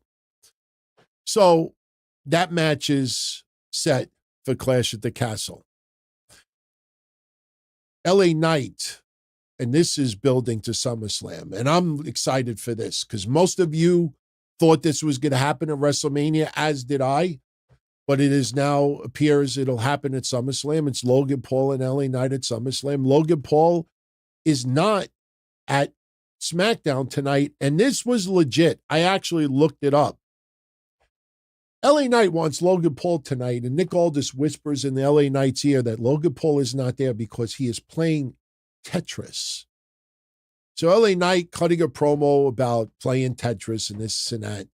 And then later on in the night, Logan Paul is seen in a hotel room, and he's just running a bad mouth to LA Knight, saying that he bought his sunglasses from Temu and that go back to mid-card. And he's just calling him a hillbilly. And he says, you're not even in my league. And this. So Logan Paul talking a lot of smack. And after LA Knight beat Carmelo Hayes with a schoolboy tonight, LA Knight says, if you're not going to come to SmackDown, then I'm going to bring SmackDown to you. I have a feeling LA Knight is going to show up at the Tetris World Championship tomorrow. As goofy as that may seem and as ridiculous as that may sound, for any of you out there that's not aware of this, Tetris World Championships has been a thing for 15 plus years. It is an annual thing. In fact, I pulled this earlier today. If you look at this schedule, they do World Championships from Michigan to Singapore, from Canada to Spain, from California to Vietnam. Now, yes, a lot of it is obviously remote, but this is a legitimate thing. The Tetris World Championship. And Logan Paul, if you did not know this, Logan Paul not only knows how to play Tetris, guy's pretty fucking good at it. One of the things on his bucket list is to become a world champion for Tetris. Some kid actually made the kill screen. This was a big deal a couple of years ago. Look, I'm into retro video games, so I'm aware of some of this. But some young kid, maybe like 12 years old. I don't remember his name or anything. You could look it up. But he was the first person in history to actually get to the kill screen for Tetris. It was like round like 157 or something like that. And it's actually recorded, it's documented, and it's been proven to be a legit video because, you get some people who scam. But this is a real thing. So Logan Paul in a Tetris tournament, he's going to be playing tomorrow. Because if you look at this schedule again, the tournament is from tonight until Sunday. Logan Paul will be part of it tomorrow. So I have a feeling we may actually see LA Knight show up. And listen, as ridiculous as that may sound, most of the people in this Tetris tournament are just everyday people, teenagers, some 30 and 40-something-year-olds, but mostly kids, teens, 20-something-year-olds. I shouldn't say kids, but young players, everyday people. These are not just all celebrity Tetris. Logan Paul is probably considered the biggest person to play this. So, having random everyday people playing Tetris in a tournament, and you get to see Logan Paul and LA Knight go at it, it's pretty probably cool to have happen in person. I'm sure WWE will be there with the cameras. So, okay. We had, I'm just going through my notes. Okay. Bayley hits the ring. She's got a match at Clash at the Castle next week against Piper Niven. She's got unfinished business with Nia Jax that'll take place at SummerSlam. Tiffany Stratton is in the back. She bumps into Nia Jax, and Tiffany Stratton says, I got your back. Nia Jax doesn't give a shit. She doesn't need Tiffany Stratton's help.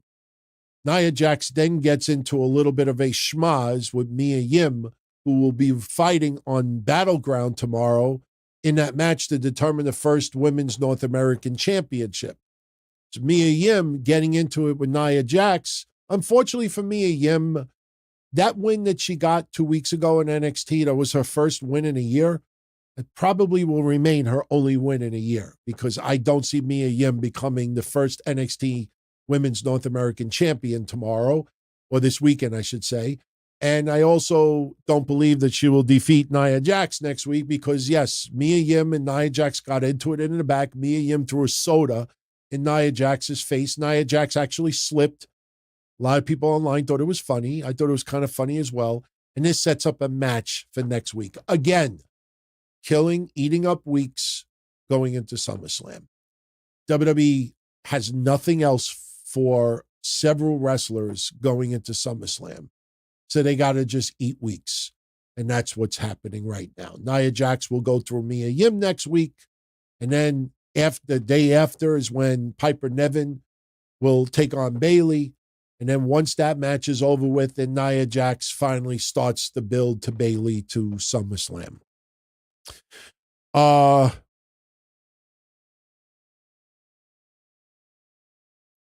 Yeah, other than that, we just had the main event. I'm looking at my notes. The main event tonight ended up being Kevin Owens and the Street Profits versus the Rogue Bloodline with Paul Heyman in their corner. Match was your typical SmackDown main event. Street Profits doing their signature moves, Montez Ford diving over the ring post onto everybody. That has to happen in every match. Angelo Dawkins does a decent job. Kevin Owens, the most over guy in the match. But you knew the Rogue Bloodline are not going to lose, especially to the Street Profits. So what ends up happening? Kevin Owens is around the ringside area near the announcer's table, and Solo Sikoa grabs a chair. And he ends up taking out the Street Profits as the Rogue Bloodline. Solo Sikoa gets disqualified. So the Street Profits of Kevin Owens technically win, but disqualification. So after the match is over, Rogue Bloodline take out the Street Profits. Street Profits doing their best impersonation. Street Profits took a page from the AOP. Street Profits got laid out, and if you look closely, the fans are like, get up, help Kevin, get up. And they're just laying on the floor acting like they were crippled. They were doing their best impersonation of a turtle on their shell. They're literally just there like this. Kevin Owens is getting his ass kicked from the Road Bloodline, and the Road Bloodline takes a page out of the Shield. They clear the table. Solo Sikoa tells Tongaloa and Tama Tonga to lift up Kevin Owens, and they do a la Shield. They powerbomb Kevin Owens through the table.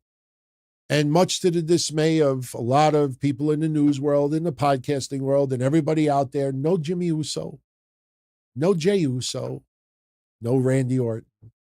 Just another week gone by with Solo Sikoa, Tonga Loa, and Tama Tonga causing chaos. We go off the air with the crowd booing the shit out of the Rogue Bloodline, and we lead into next week. Wasn't a bad episode of SmackDown.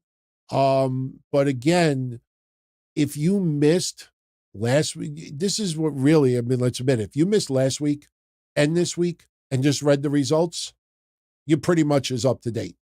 We already knew Piper Niven was taking on Bayley. Yes, Cody versus AJ was an announced match tonight, but, you know, this is basically, all right, Cody's got to fight somebody before Randy at SummerSlam, so let it be AJ once again. I'm not complaining about the match. Their match in Saudi Arabia was excellent. But at the end of the day, you know, Cody Rhodes has got a little bit of a problem as this champion. It's still early, but still, you look at that SmackDown roster, and there's not a plethora of people lined up. You know, and I'll say this, and I'll open up questions, and then we'll wrap up. We've gone 77 minutes already, so we'll finish up with some questions and get out of here. But earlier, let me just take that match off of the screen. Oh, and by the way, check this out. Since they're going to be in Scotland for Clash at the Castle, next Friday, SmackDown will also be in Scotland, and Drew McIntyre and Sheamus are both being advertised. Interesting that you see Randy Orton on there. Interesting that you see Randy Orton on that banner. So I expect Randy Orton to be on SmackDown, and maybe he'll have interest. Maybe he'll issue a challenge that he wants the winner of AJ Styles versus Cody Rhodes at SummerSlam. Would they dare do that on SmackDown next week? Possible. Yeet Hater, thank you very much for that super shout out, Yeet. He sent this in and he said, Cody Rhodes is now champion for 2 months, and I think his title reign has been terrible. How do you feel about his run so far, and what have I done anything different up until now? I don't think his reign has been terrible. And the reason why I say that is because no matter who he would have faced in the last 2 months, how many title matches would he have had on television or premium live event? 3? You know what I mean? So he had Carmelo Hayes, non-title. He had AJ Styles, Logan Paul. It's not necessarily the worst choice of opponents. So even if you replaced AJ Styles with Randy Orton, or you replaced Carmelo Hayes with Solo Sikoa, is it that much more of an upgrade? I say no. So I think under the circumstances, Cody would not have had that many matches over the last 2 months. So I don't think it's been terrible. I think Cody definitely deserves some time. I mean, listen, we got spoiled leading into WrestleMania. They made WrestleMania legitimately feel like the biggest WrestleMania in history. You look back on it and you understand now why The Rock's involvement and everybody else was put in there to enhance WrestleMania to seem like this unbelievable, epic, historic event. And it was. And as soon as WrestleMania was over, it's obviously back to business. But talk about pulling back. I mean, people said, oh, the Attitude Era is here. And, oh, Cody bled on Raw and Rock is cursing up a storm. Attitude is back. And you realize it was all done to hype up WrestleMania. It's almost like somebody who gets in like shape for like one match And as soon as that match is over, that's it.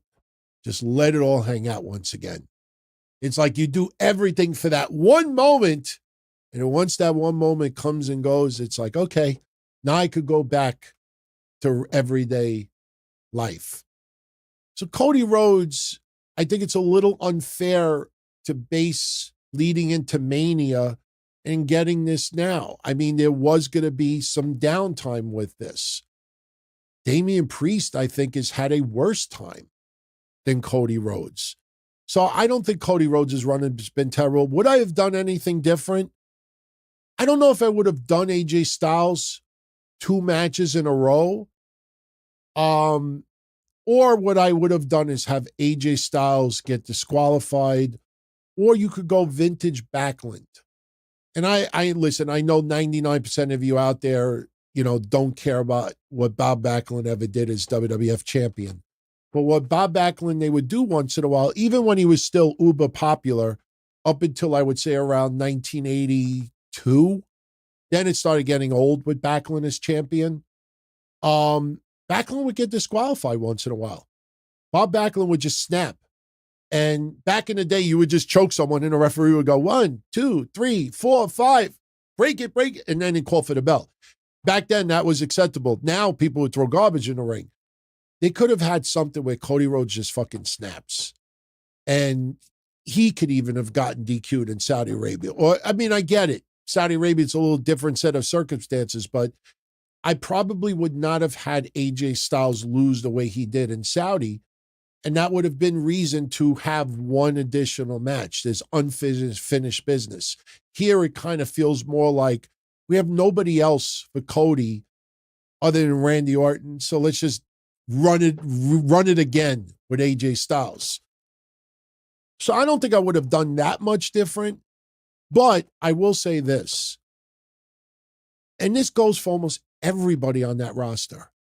Once we get past Clash at the Castle, things are really going to pick up. It's not just the debut of Bo Dallas and the Cave Birds, but the road to SummerSlam will be here. CM Punk will be back on TV on a regular basis. CM Punk and Drew McIntyre's feud will be intensified. Gunther will now start his quest for the world championship. Randy Orton will go after Cody Rhodes. Then you have to do something with the Bloodline, and Kevin Owens is not enough. Street Profits is far from enough. That's when you start teasing the return of the Usos, and then ultimately Roman Reigns. So I think once we get past Clash at the Castle, maybe 1 week after Clash at the Castle, and then you're going to see shit pick up big time. Big time. If this was right now, July 7th, and not June 7th, I think we would be having a totally different conversation right now. The problem is they have too many weeks to eat up. So this is what we're getting right now. Thank you for that, Yeet. Sticky Fingers Frank. I hope I am not alone when I say this, but I could give a rat's ass about all this sudden WCW talk. Why is this suddenly a thing? It died over 20 years ago. Frank, I agree with you 100%. This first episode of Who Killed WCW only did 138,000 viewers, guys. 138,000. Honestly, Kevin and I had a discussion on Sunday as to what killed WCW. Now, you would have to write a book to give all the reasons why. Obviously, a lot of it was creative. A lot of it was creative control by too many people. A lot of it was the structure of the contracts. A lot of it was Vince Russo. A lot of it, was guaranteed contracts. A lot of it was misusing talent. But AOL Time Warner is the reason that WCW went out of business. With all due respect to Dave Meltzer and Jamie Kellner and Seven Bucks Productions, Seven Schmucks Productions, you're splitting hairs, and I say this with nothing but respect to Dave Meltzer. I watched him do commentary, and I watched Eric Bischoff do a live reaction. When you're throwing out, well, most people in AOL Time Warner didn't want wrestling, but there were a few people that did. What the fuck kind of answer is that? You know, like you're not putting anybody on the food chain. You're just saying random, and you throw one name out. Listen, in my honest opinion, The Rock and $7 Productions, Eric Bischoff, Dutch Mantel, Vince Russo, every wrestler alive, everybody that is podcasting about what killed WCW, who killed WCW, I killed WCW, this is why WCW, they're just running out of dissing AEW, Tony Khan, and Dave Meltzer. It's like, how can we make money in any way possible? So let's rehash something that died 23 years ago. It's not even on the 20-year anniversary of WCW going out of business. This would have been March 26, 2021. All right, 20 years, we look back on it. It's been fucking beat to death. And unfortunately, my friends, those who were fans at the time in their teens and 20s are now in their 30s and 40s. Those who were fans in their 40s and 50s, a lot of them are now dead. The fans of today who are, if you want to use 18 to 34, think about this for a minute. The 18 to 34, the demo that everybody makes a big deal about, they were 5 and, 34 minus, when did 23. So they were between 5 and 11 years old when WCW went out of business. I'm sorry. I don't know anybody who was between 5 and 11 years old in 2001 that is saying, you know, I used to love WCW. Why did it go out of business? You think they give a fuck about Diamond Dollars Paid? Nothing against Diamond Dollars Paid. You think they care about that? You think they care about Jamie Kellner, AOL, Krusty the Clown, Vince Russo, the new blood, the bad blood, you know, donate blood? Nobody. What demographic you're giving this to? This is just a way for podcasters to make money again. This is a way for $7 to make money off of Vice. Vice is running out of things. You're doing Dark Side of the Ring Harley Race. You're doing Dark Side of the Ring Earthquake. Seriously? These are just people that will run out of fucking ideas. This would be the equivalent of TV shows recreating TV shows from the past, or movies recreating movies that have been recreated before. It's kind of like the Munsters being redone, or the Black Honeymooners, or, you know, the new Charlie's Angels, you know, the new Fall Guy. They don't have any creative stuff to build on now.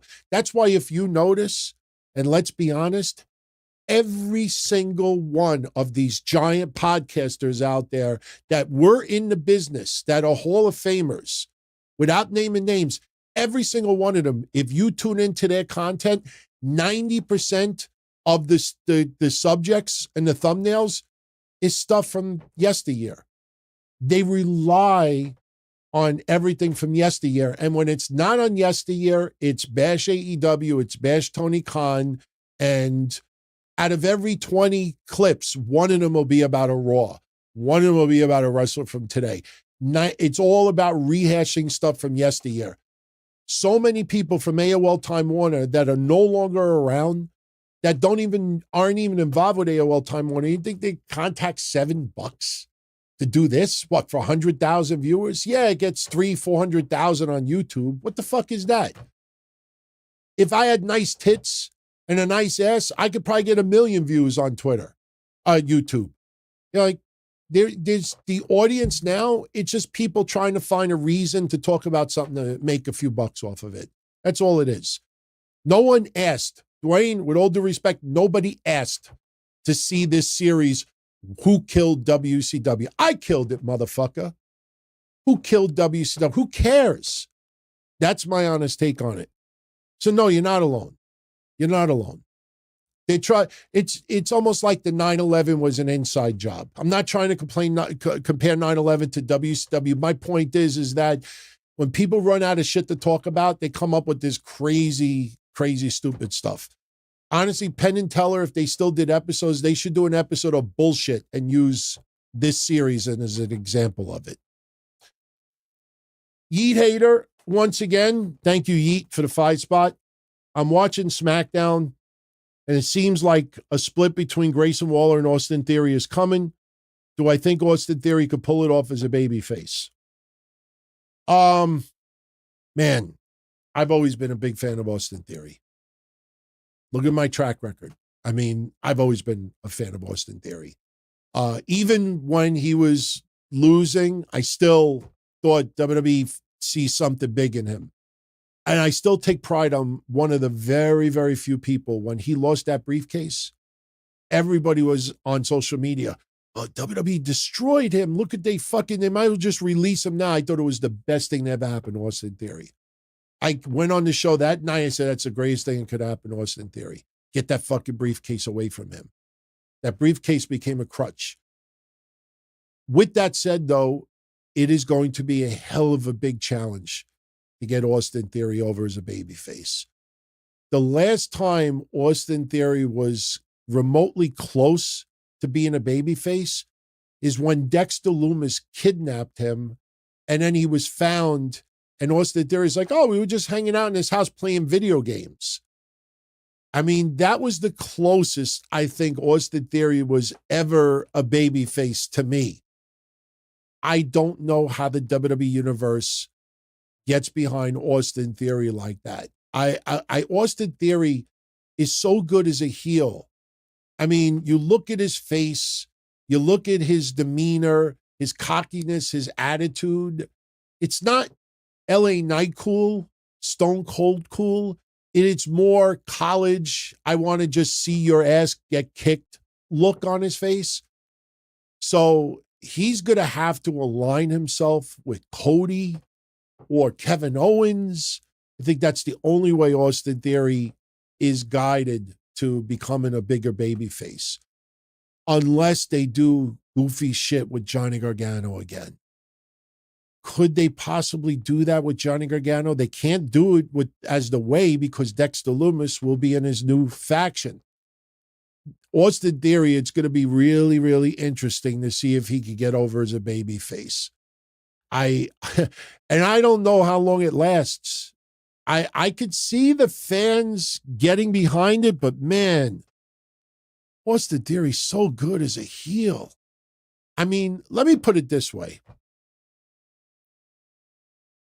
I could see Austin Theory cheered when he becomes a veteran, and people cheer him out of respect for the career that he built. All right. I don't want to compare it to Cena, but Cena, I mean, he was always a babyface and to the girls and the kids, which we used to say at that time, let's go Cena, Cena sucks. But Cena got to a point where fans started to respect how hard he worked. And I always felt that United States Challenge was one of the best things that could have happened to his career. Because even though he was defeating the Sami Zayns and the Kevin Owens and others, he was still putting in a lot of work and making those guys look great. And after a while, you started to see fans appreciate him a little bit more because of the career he maps out. You will see that from time to time where a heel that is more of a veteran wrestler will start to get cheered out of respect for the hard work that they put in their career. It even happened to JBL, after a while. It happens more often than you think. So that's the only time where I could see the fans kind of like accept Austin Theory in that way. Man, him as a babyface right now, that is going to be some hell of a challenge. In my honest opinion, that is going to be some hell of a challenge. So, thank you, Yeet. Chocolate Bunny. Thoughts on Tony Khan's dumb tweet? I book for the sickos. Love the shows you and Kev do. They're the most honest duo. Keep up the grind. Thank you very much for that. All right. Listen, I joke about Tony Khan as much as everyone else. You know, even when I used to support AEW much more, used to cover their shows every week, watch their show, watch all their programming. We even do watch parties and everything. I've always said Tony Khan is like that petulant rich child who has all the toys and doesn't know what to do with them. This is his hobby. I know by now everybody has kind of figured that out, but we were saying this 3-4 years ago. So I'll crack jokes as much as everyone else, but believe it or not, you might be disappointed when I say this, Chocolate Bunny. I cannot criticize Tony Khan for this tweet. And there's an outdated reason behind it. There was a movie in 1995 called Tommy Boy. It's interesting because my wife last week watched the biography on Chris Farley. In April, there was an announcement that a biopic on Chris Farley is being made. In 1995, there was a movie called Tommy Boy that Chris Farley was in. It is a fucking hilarious movie. And Dan Aykroyd played a salesman in the movie named, I think it was Ray Zelinsky. And in the movie, Dan Aykroyd throws a quote out there as a salesman for car parts or used cars or something. And that's what Tony Khan was doing. Tony Khan probably watched Tommy Boy last week and heard the quote and redid it and was being Ray Zelinsky.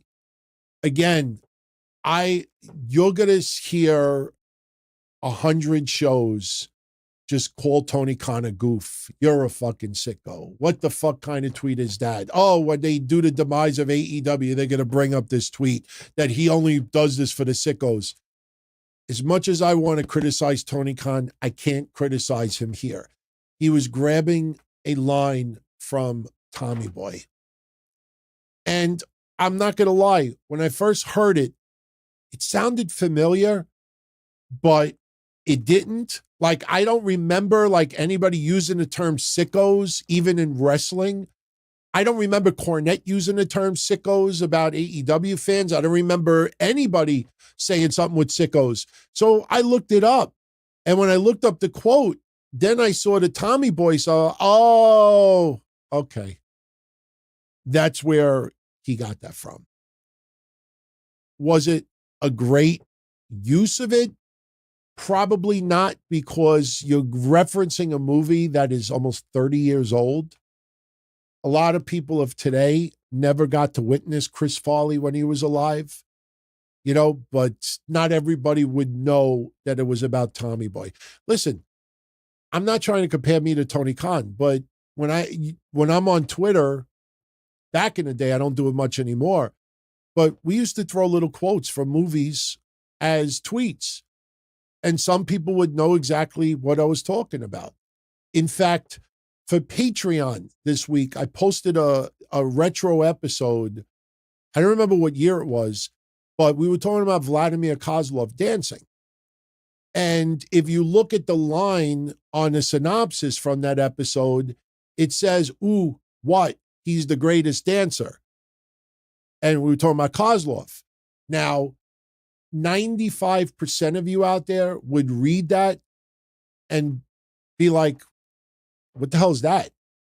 But that's actually the first line of Sister Sledge's song, ooh, wow, he's the greatest, So that's what we were, if you heard the episode that we did, you understand why we said that. But if you just read it on the surface, you might not know that it's a movie reference. Actually, here, when we opened up the show tonight, I think I said, lighten up, Francis. Lighten up, Francis is a quote that was in the movie Stripes with Sergeant Hulka. And there was a guy, Francis Sawyer. You call me Francis, I'll kill you. I don't want any of these homos. That's from the movie Stripes. So if you start throwing those lines out there and you never saw the movie Stripes, you wouldn't even know why somebody would say, lighten up, Francis. So, and by the way, that homo references from the movie as well. That's not me. So we don't want to stir anything up over here, but that's what it is, to be honest with you. So little info. Nero Faye, what's up, Nero? Hope everything is better where you are in Israel. DT, will they Luger Drew McIntyre again? And pray for peace. Absolutely. Absolutely pray for peace. You know, it's interesting, Drew. I don't want to get Nero. I don't want to get political. I watch a lot of retro TV on YouTube, and I was watching a clip from 1976. I don't remember who the prime minister of Israel at the time. I know Yitzhak Rabin. I don't remember the name exactly, but I was watching a clip 2 days ago of Barbara Walters asking the prime minister of Israel why the United States should give funding to Israel to protect themselves. And I'm watching, and I'm like, that was fucking almost 50 years ago. And you pretty much could say the same I'm not saying it's a bad thing, but I'm just saying, like, you're 47 years later, 48 years later, and that conversation is still going on. That's why, I've said a few times, I think a lot of what's going on in different areas of the world, it's going to take a whole generation of people to turn over before you really do see change. So, but will they Luger Drew again, like the Lex Express? Let me say it like this. I absolutely believe Drew McIntyre will be world heavyweight champion again before he leaves WWE. But you have to understand this. And I know this may sound kind of scapegoatish, but I don't mean it like this. And I honestly think almost every one of you out there is going to agree with me on this. When you're a WWE performer, when you're a WWE superstar, it's not always about world champion, heavyweight champion, world champion, undisputed universal champion, world champion, heavyweight champion. Yes, there is this perception that you keep falling short, and that could become, unrepairable damage. But the thing is, if you follow the CM Punk Drew McIntyre story, Drew McIntyre keeps baiting CM Punk. He's trolling CM Punk. He had T-shirts, tweets. The guy reinvented his heelness on social media thanks to CM Punk. So CM Punk is going to screw Drew McIntyre out of the championship leading into SummerSlam. That doesn't make Drew McIntyre damaged goods. Ultimately, Drew McIntyre is going to be a babyface again. And he's not even going to have to try. He is just so good at what he does, he is going to get cheered. Right now, he is feuding with CM Punk. And CM Punk is still a big babyface to the WWE Universe. Plus, listen, say what you want about the stuff that happened with Jack Perry and the Young Bucks. Oh, by the way, I got a little footage.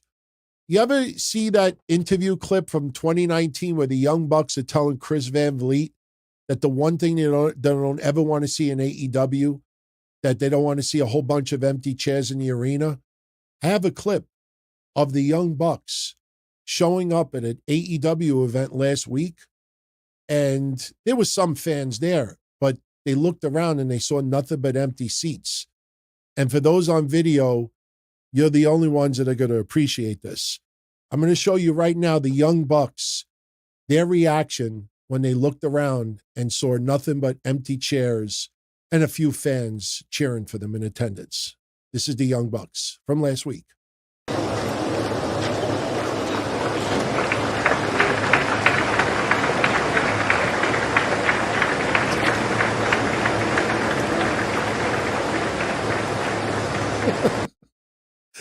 Oh my God. He looks like a fucking zombie. I can't believe that the only choices we have for president coming up is Joe Biden and Donald Trump. This guy looks like a fucking zombie. He's looking around. People are cheering him, and he's like, oh God. That's bad. Anyway, I had to do that. So no, Drew McIntyre will not be damaged goods, even though he will lose this opportunity. But Drew McIntyre will be world champion again. And we'll forget about all of this. He will become world champion again. But this is not a Luger. This is kind of Drew McIntyre. Drew McIntyre made his bed. Now he's got to sleep in it. He'll get screwed from CM Punk. And then once we get through SummerSlam, things will change. Things will change. And if you're going to say to me, oh, could CM Punk and Drew McIntyre ever be on the same side again? You look at Sami Zayn and Kevin Owens and Jey Uso, and Jey Uso and this person is, time heals all wounds. So down the line, Drew McIntyre will be world champion again, but it won't be now. Definitely won't be now. Thank you, Neer. T. Smitty. What's up, T. Smitty? You and Casey are a great team. I want to give Last Legend a huge shout out for improving so much. Jade is growing each week. It's a fun watch. When I did predictions Monday for Battleground, Last Legend is the one person that's kind of throwing me for a loop as far as the first ever NXT North American champion. By elimination, there was a few people in that match. Jada Parker, she's got a whole career ahead of her. She's not ready yet. Mia Yim, there was someone else in there. Fallon Henley, I'm undecided. I think it comes down to Sol Ruka and Last Legend. I will say this, if Last Legend becomes the first ever NXT North American Women's Champion, that will tell you how much WWE believes in her future. I'm not saying that Last Legend doesn't have a future in the WWE. Last Legend has come a fucking long way. I mean, listen, I don't mean this in a horrible way, but when she first was doing the stuff in NXT, she looked like a big Oompa Loompa. She looked like somebody that was a basketball player trying to pretend to be a wrestler. And she was so intimidating by her presence. It felt like Great Khali to an extent. She has turned it around and fucking put it together. She absolutely has earned what she is getting now. If she becomes the first NXT North American champion, she will be on that main roster by next year. If she does not win tomorrow or this weekend, that doesn't mean that she doesn't have a future. But whoever becomes champion right now is a good sign of who WWE wants to see in the record books as the first ever whatever. Listen, let's be honest. There's some belts that WWE has that we don't know who is the first of. We know who the first NXT champion is. We know who the first Intercontinental champion is. There are some belts that we know who the first are. But this one, whoever it is going to be somebody that WWE really, really is high on. And I'm kind of torn between Sol Ruka and Last Legend. Although there's a decent number of people that think Fallon Henley's going to get it. I just can't picture Fallon Henley being a Trivial Pursuit question. Who's the first ever NXT Women's North American champion? Just don't see that. But, and Jade is doing great. Jade is doing great. It shows you that she's put in the not the time and the effort, but you feel that she truly wants it. You know what I mean? There were times when she was in AEW that it felt like, all right, she's home with a kid. She's home with Brandon Phillips. And then she shows up for AEW, squashes someone, and then goes back home. It just didn't feel like she was a full-timer putting in or she put in work. She was training, but it also felt like maybe Jade is not in it to have a big future in wrestling. And anybody that's truthfully honest with themselves will say at some point, most people out there thought, is Jade really, in it for the long haul as far as wrestling? Or is this just like a gig right now? And then ultimately she branches out into Hollywood and she's not really in the long haul for wrestling.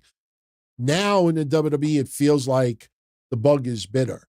And now she wants to become one of the greatest women of this generation. I mean, obviously she's going to have to put it out there.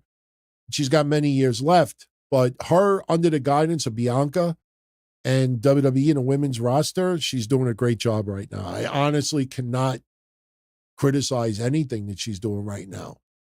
She's not there yet, but she is significantly polished a lot of what she does.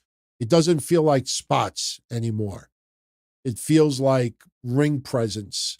That's something that some people don't have. Some people will just hit spot, but they don't know how to tell a story during a match. And she's starting to do that. And you could see, and Bianca is right there to pick up the slack if they need it. So she definitely deserves all the props that she's getting right now. And you know what's great about Bianca and Jade? Neither one is really standing out from the other. Like Bianca's pulled back a little bit to have everything even with Jade. But it doesn't feel like Jade is on cruise control. That she's just doing a little bit and Bianca's doing all the work. It feels like it's pretty even, the split. And I don't hear anybody that is criticizing like, oh, Bianca's doing all the work and Jade is just like doing a finisher here and there. And the one thing I'm noticing more with Jade is she's selling better. She's selling a lot better. Her facial reactions are much better.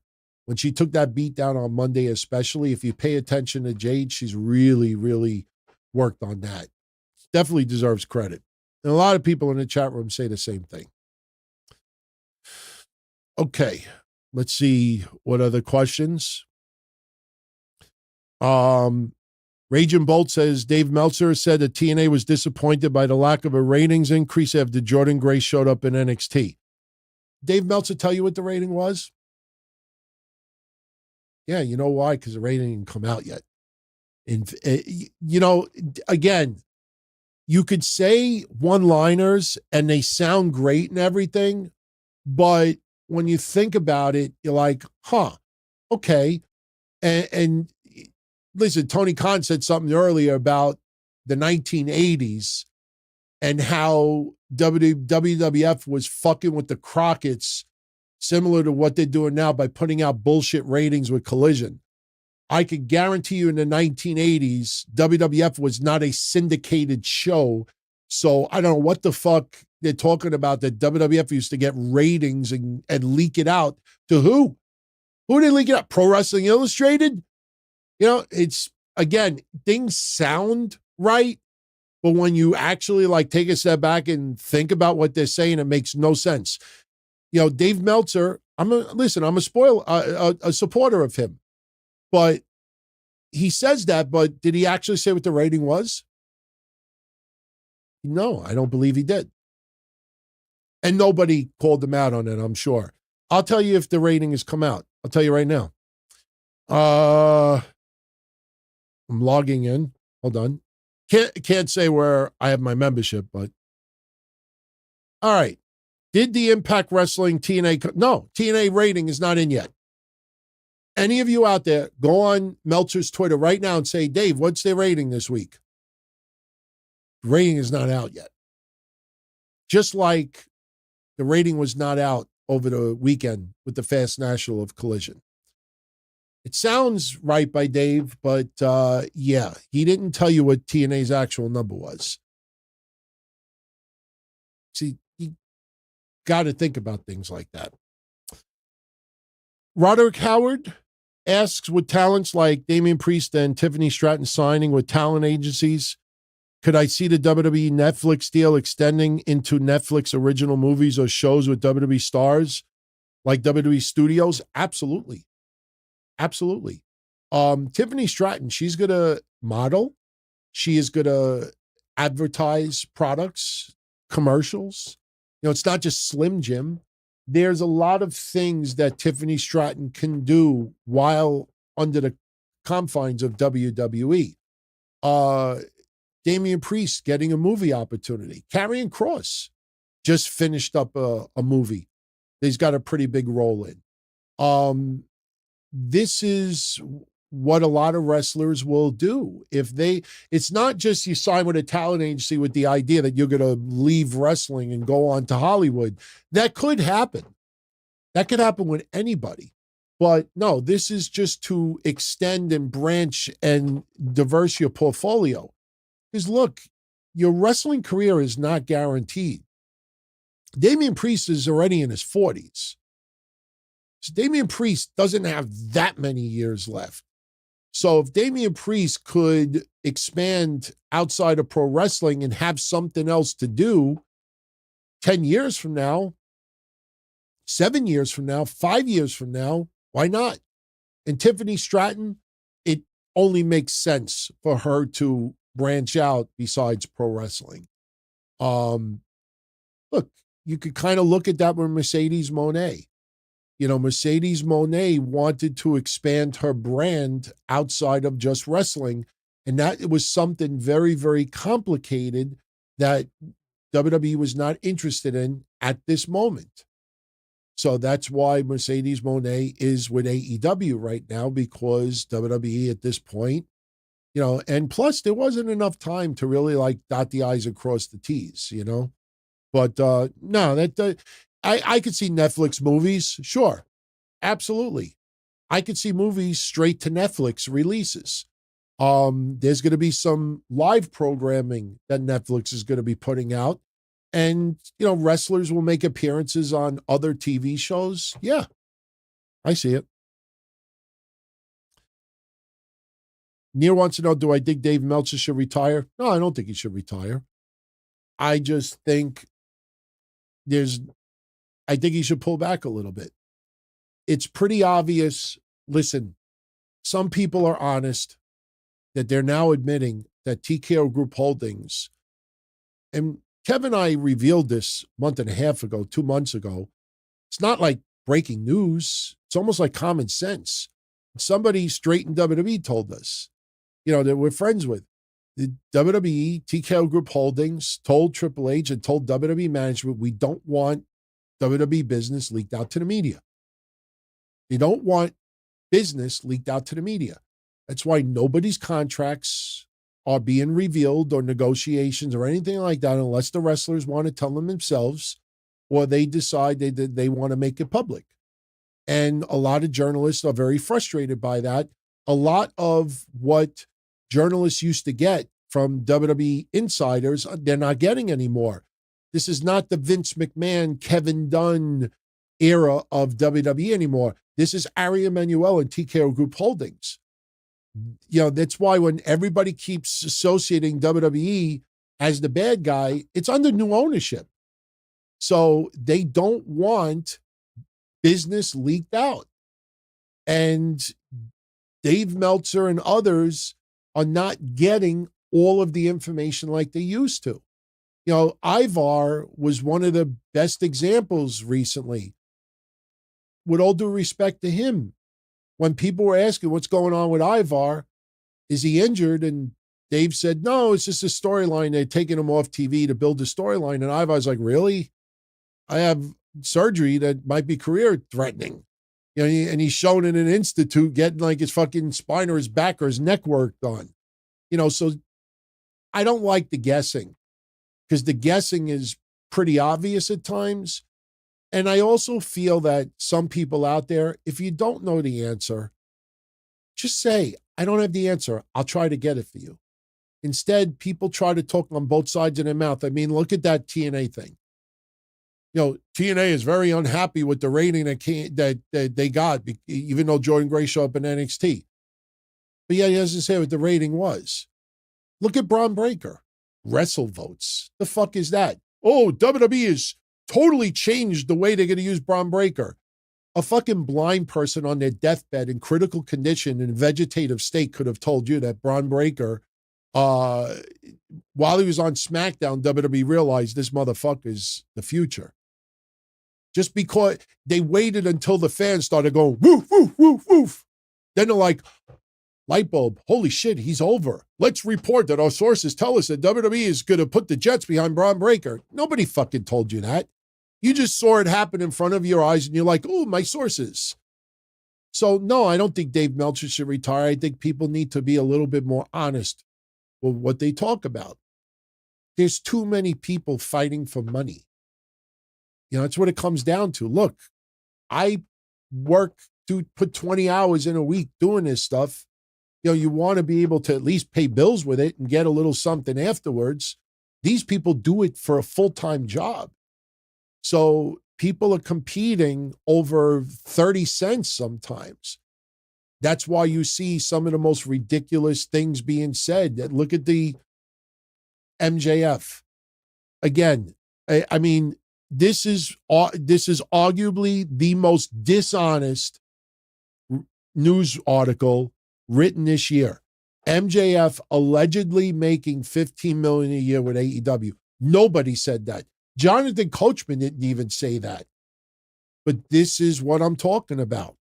And some people get mad that I always expose it and complain about it. It's very frustrating because when I do shows and when Kevin does shows, I'm not saying this to toot our own horns, but you know how hard it is for us to do a show and not talk about bullshit?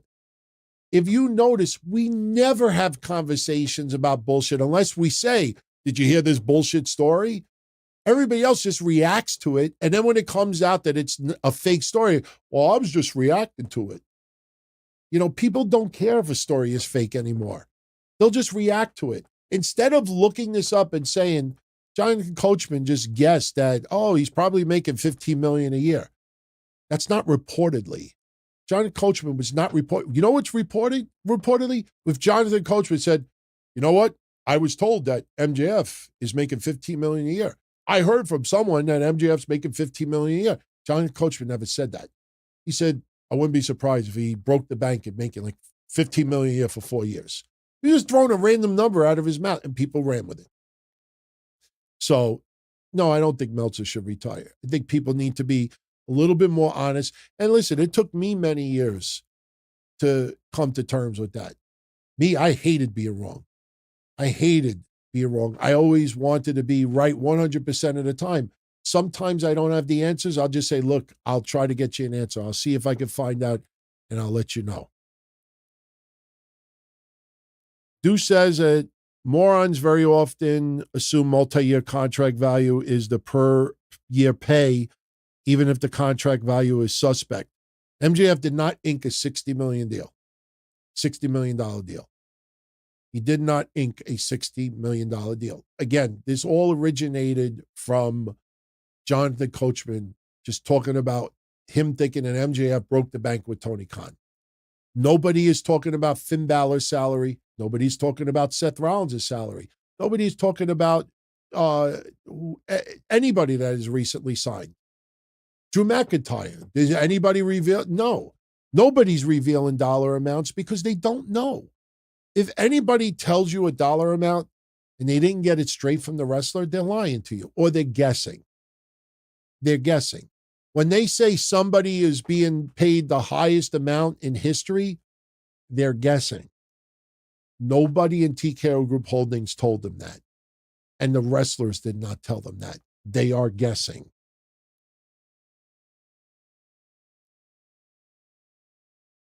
No. Nobody said MJF was only making $15 million for the full contract.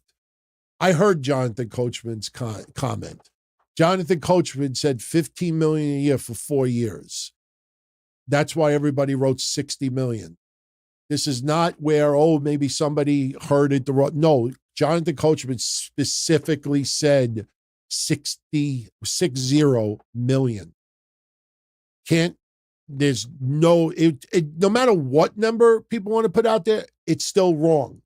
Nobody knows what MJF's contract is. They don't know how many years. They don't know how much money. All right. Benjamin's asking, why do I keep defending and supporting Nia Jax? She landed with a full weight on Bianca Belair with that senton and bonsai drop. I heard Jim Cornette's podcast too, where he was complaining about her drop to Lyra Vicaria and the week before to Bianca Belair. You're basing your comment on Jim Cornette complaining and calling her a fat tub of lard. That's very, very careless. Nobody has reported on the camp of Bianca Belair that she was injured or Nia Jax was careless. You are saying that based on what Jim Cornette's reaction is. I heard the podcast too. Not your fault. And the reason why I say it's not your fault is because if you tune into Jim Cornette's podcast, you would think that Nia Jax was careless.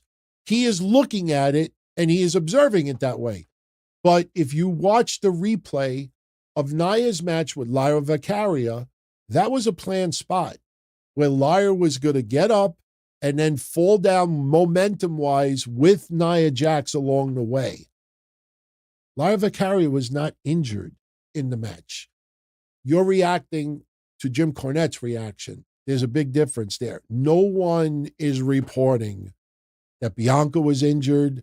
Is Bianca injured? I don't think so. She wrestled tonight. She wrestled on Monday. She wrestled in Saudi Arabia. Yeah, she wrestled 2 nights in a row, come to think of it. You're basing it on Jim Cornette's reaction. And that's fine. But that's why I'm defending Nia Jax. Because I think Nia Jax has improved significantly. I think Nia Jax wants it. I think Nia Jax realizes that this might be her last shot as a legitimate bona fide star paid very well. She's not very popular. I don't know if AEW would pick her up. I don't know if the AEW fans would protest in anger if AEW picked her up. I don't know if AEW fans would want her signed just so she could get squashed like a grape. So again, nothing on your part that's wrong, but your comment is based on what Jim Cornette said. And Jim Cornette's opinion is fine. That doesn't make it fact. I trust Jim Cornette now because he's a legend and he knows what is the right way to do things. He's looking at it and he's interpreting it. But again, what was missing in his commentary was Bianca Belair injured? No. Was Lyra Valkyria injured? No. So as much as it looked bad, no one was injured. And maybe that was a planned spot. And maybe that was the fault of WWE for allowing that, or the agent or the wrestlers themselves. But you're basing it on somebody's opinion. Tristan is asking, what do I remember about the Bruiser Brody murder? All I remember is seeing a news clip. There was no internet at the time. I was watching news. Wasn't even watching wrestling full time at that time. Because, at that time I was going out with my friends more often, but just seeing it on the news and just like, what the fuck? Bruiser Brody got stabbed? Like Puerto Rico, you heard crazy things about. Those areas of the world, you always heard crazy things. You hear about people throwing batteries and people getting stabbed and people throwing buckets of piss on people. Puerto Rico had a crazy reputation even back in the pre-internet days.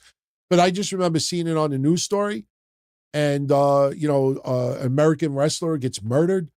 And we were like, what the fuck? It wasn't this, big story on TV. I mean, locally where he lived, I'm sure it was a bigger story. And I'm sure there's probably still news coverage archived online. But here in New York, it was said in passing, and I know there was a little newspaper article about it. That's all I remember from it. All right. We're at 2 hours and 9 minutes, so let's wrap this up in 6 minutes. Let's call it in 6 minutes. Don't forget, this Monday, let's do the quick plug. This Monday, dtkcdiscord.com. Kevin and I will be live. We will do predictions for Clash at the Castle. We will definitely recap Raw. We'll do a little bit of news discussion, and we'll see what else is going on. So we'll be live on Monday. Rage and Bolt, any chance of Tessa Blanchard making a surprise appearance at NXT Battleground? Maybe a run-in the Roxanne Perez-Jordan Grace match? No, I don't see it because a majority of the NXT universe probably does not give a flying you-know-what about Tessa Blanchard. You could have Tessa Blanchard show up next Friday. If you don't want to do the Natalya route, you could have her show up next Friday at Against All Odds and be a surprise opponent for Jordan Grace, I think that would actually be pretty fucking great. The more I think about it, I'd rather see Jordan Grace versus Tessa Blanchard instead of Jordan Grace versus Natalya, with all due respect. And by the way, if Natalya shows up and loses, how does that help Natalya? Every time Natalya loses, what did she say Monday? Enough is enough. It's time for a change. So she shows up at TNA and loses again against Jordan Grace. So I actually would love to see Tessa Blanchard show up next week. And guess what? I think Tessa Blanchard back in the Knockouts division is definitely needed. I still remember not giving Tessa Blanchard the credit, but TNA was doing almost 200,000 viewers when Tessa Blanchard was Knockouts champion and TNA champion. Why is it TNA pay-per-view on Friday? Because next Saturday is Clash at the Castle. And I don't know if there's any UFC stuff going on. TNA does pay-per-views on Fridays. They have done it before. So this is just their normal business. I mean, not every pay-per-view is on a Friday, but they've done Fridays before. Does Ricky Starks show up in NXT this summer? Don't know when his AEW contract expires. I don't recall when his contract expires. I could have sworn that Kevin and I talked about it a couple of months ago. On Monday, I revealed some crazy stats that, contradicted everything that Tony Khan said about Ricky Starks on that Shaq podcast, whatever it was. I got to look it up. I got to see. I don't know if Ricky Starks would show up this summer. I don't think Ricky Starks will be out of AEW this year. I mean, if he's out of AEW this year, that means that they came to an agreement for him to leave early. But there's nothing stopping AEW and Tony Khan from putting him on TV right now. They just choose not to. And it's pretty laughable to hear Tony Khan say last week that Darby Allin is one of his greatest rivals. And, we revealed on Monday is pretty fucking wild.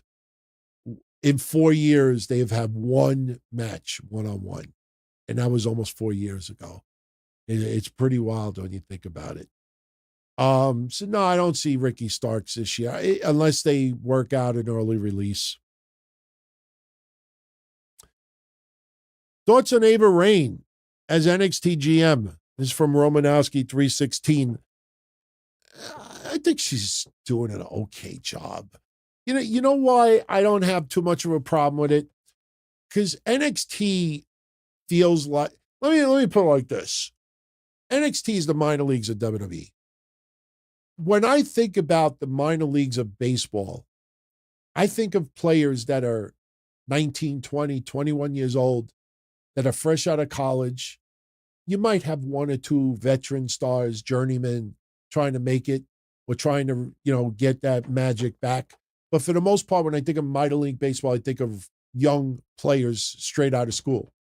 NXT, I kind of get the same vibe. When you think about the women's division there, I know not everybody is under 30, but I think about women that are extremely young, that are just getting in, breaking into the wrestling business, finding their footing, building their future. So there are a few veterans there, but Ava Raine representing like the young stars of tomorrow, I think it's better because Ava Raine, I don't think she's ready to have full-blown matches. And I think I said this a year or two ago.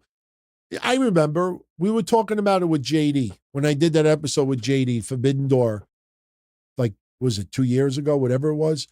If Ava Raine can do their house shows and not be on TV working matches and just build and build and build, and then it gets to a point where they feel, okay, she's got it put together, now let's experiment on TV a little bit, then I could see something happening. I thought hers with the schism was not very good.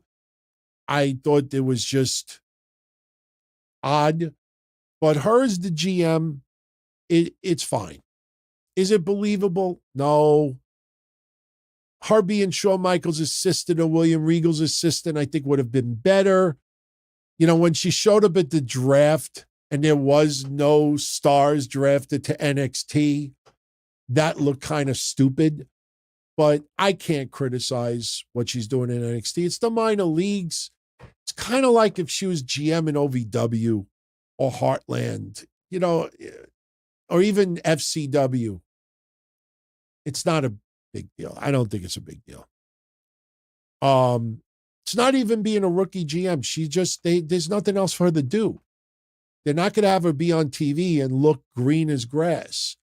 So they're kind of protecting her, and the more she's on TV in a non-wrestling role, the more comfortable she gets, the more adapted she gets, the more fans get used to her, and she builds along the way. I think Ava Raine needs 3 years minimum more of working in the ring before you even put her on TV as a wrestler. So if you're going to use her like that, I don't have any issue with it. This was the main roster, and I have a totally different view on it, but all right, we're going to jet out of here.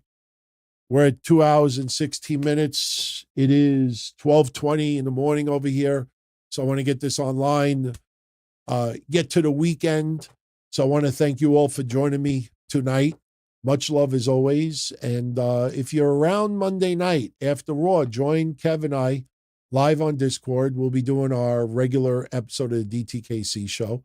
We definitely have some topics planned.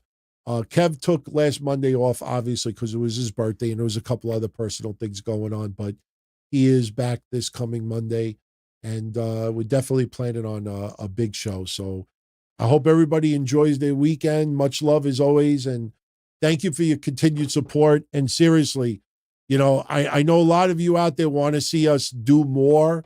Keep spreading the word. Keep telling others that the Don, Tony, and Kevin Castle show is back. Keep posting the links. Download all the episodes. The more people do it, not telling you to do it more than once, that's a waste of time, but the more some of you do it, the more exposure we get. And downloading the shows is free. So the more exposure we get, the more people will get wind of what we do. And the bigger the shows get, the more reason to expand. So definitely trying to get out there. And look, I said this the other day, Kevin and I are only back for 4 months. We were gone together for years, and we're only back 4 months. And it feels a lot longer than 4 months, but it's been a fun 4 months. And last Sunday show was great. I'm talking to Kev about doing one a month, if needed, if people want it.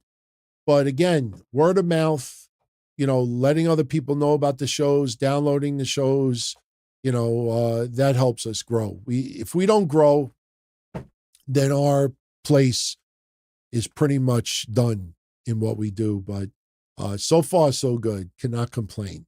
But we definitely want to keep that momentum going, and we want to grow. So I thank you as always, my friends. Have a good rest of your weekend. Enjoy Raw. Enjoy AEW, because they're doing shows tonight. They're doing Rampage tonight, Collision tomorrow, and NXT Battleground. A lot of stuff coming out of there. I'm sure Kevin and I will have a little conversation about it on Monday, and we'll go from there. So be well, everybody. Much love. As far back as I can remember, I always wanted to be a podcaster. For me to live any other way was nuts. To me, those goody-good people who worked shitty jobs for bum paychecks and took the subway to work every day and worried about their bills were dead. I mean, they were suckers. They had no balls. If I wanted something, I just took it. I ran everything. I paid the bills. I paid the host. I even paid the masked maniac. Everybody had their hands out. Everything was for the taking. We always called each other good fellas. You would always hear from somebody. You're gonna like Don Tony. He's all right. He's a good fella. He's one of us. But if you're part of my crew, nobody ever tells you they're gonna get rid of you. It doesn't happen that way. There weren't any arguments or curses like in the movies. See, your haters come with smiles. They come as your friends, the people who've claimed they care the most for your life. And now that's all over. And that's the best part. Today everything is different. There's lots of action. I don't have to wait around for everything like everyone else. Oh, I didn't get the vaccine? Fuck you, vaccine me. Oh, your delivery guy has COVID? Fuck you, feed me. Right after I moved here, I ordered egg noodles and ketchup, and I got spaghetti with meat sauce. I'm no longer an average nobody, while they get to live the rest of their lives like a bunch of schnooks.